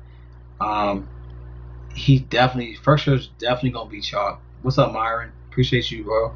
So yeah, he's definitely gonna be chalky. So I want to say I'll say Ferkshire is definitely going to be a cash play only because of his price. Ferkshire is going to be that guy for cash. But honestly, if you want to pivot for him, I think Swan is a GPP play for for Tennessee. I think he could be that guy that might get more. I mean, the fact that they're both the same price tag doesn't sit well with me. The fact that I don't understand why they're both the same price tag. So Swam, 2,500, both the same price tag. It's one of those situations where I feel like he might get the better end of the stick. You know what I'm saying? So Swam to me could be that play. You could pivot from Ferkshire to go Swam, in my opinion. But I don't think you have to play Swam. I don't think you have to play Ferkshire. Let's see who else. Like I said, I like Mike Gesicki.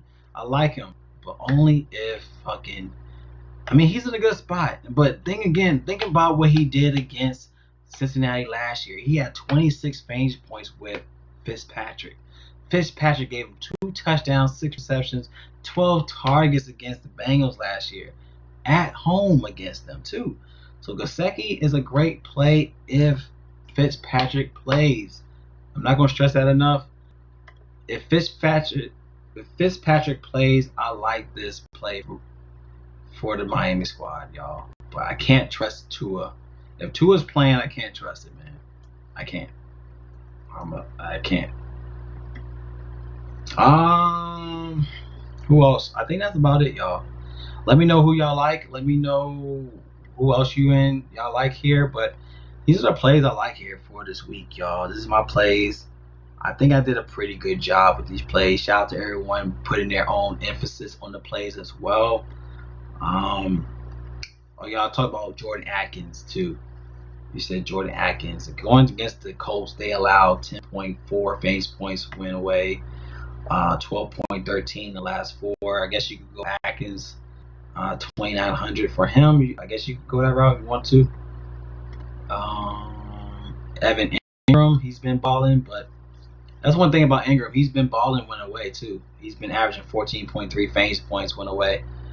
And looking at Seattle, they give up 17 fantasy points allowed a game to the tight ends. 1 touchdown allowed a game. Ingram's in play too. If you want to look at him at 4,900.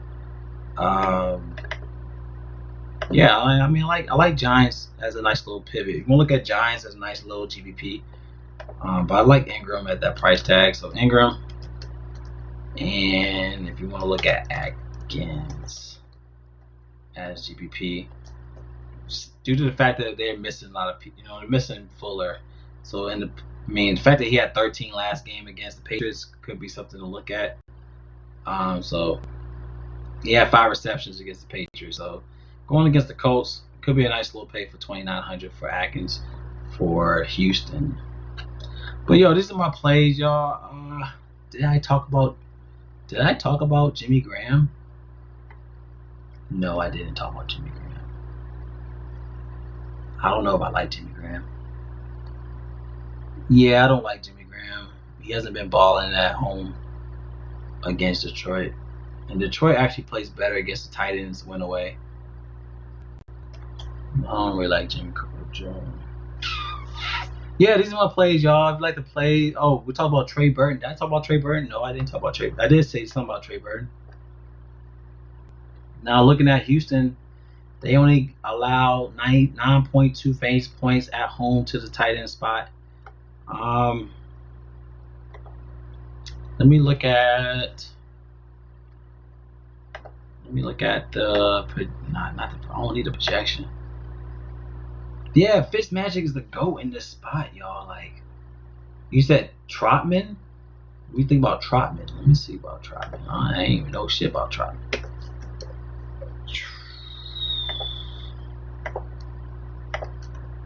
Trotman.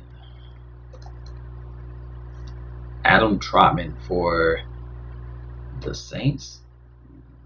No.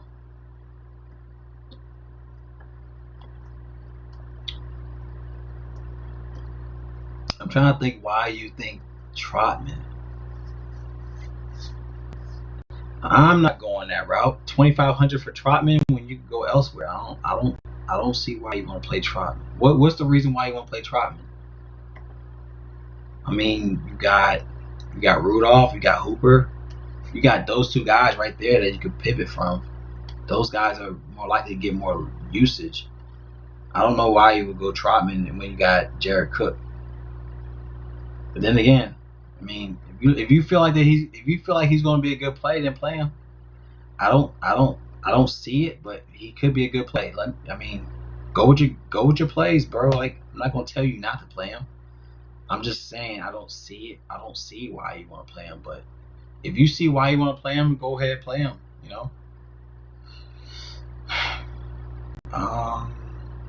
But yeah, y'all, this is my plays. Y'all, if you like the plays, let me know. Like I said, follow me on Twitter. Hit me up on Twitter, y'all. That's a good way of me reaching out to y'all, talk to everyone about your plays and whatnot. I love y'all, man. Please subscribe, please like, please share. But yo, y'all take it easy. I love y'all, man. Talk to you next time. Peace.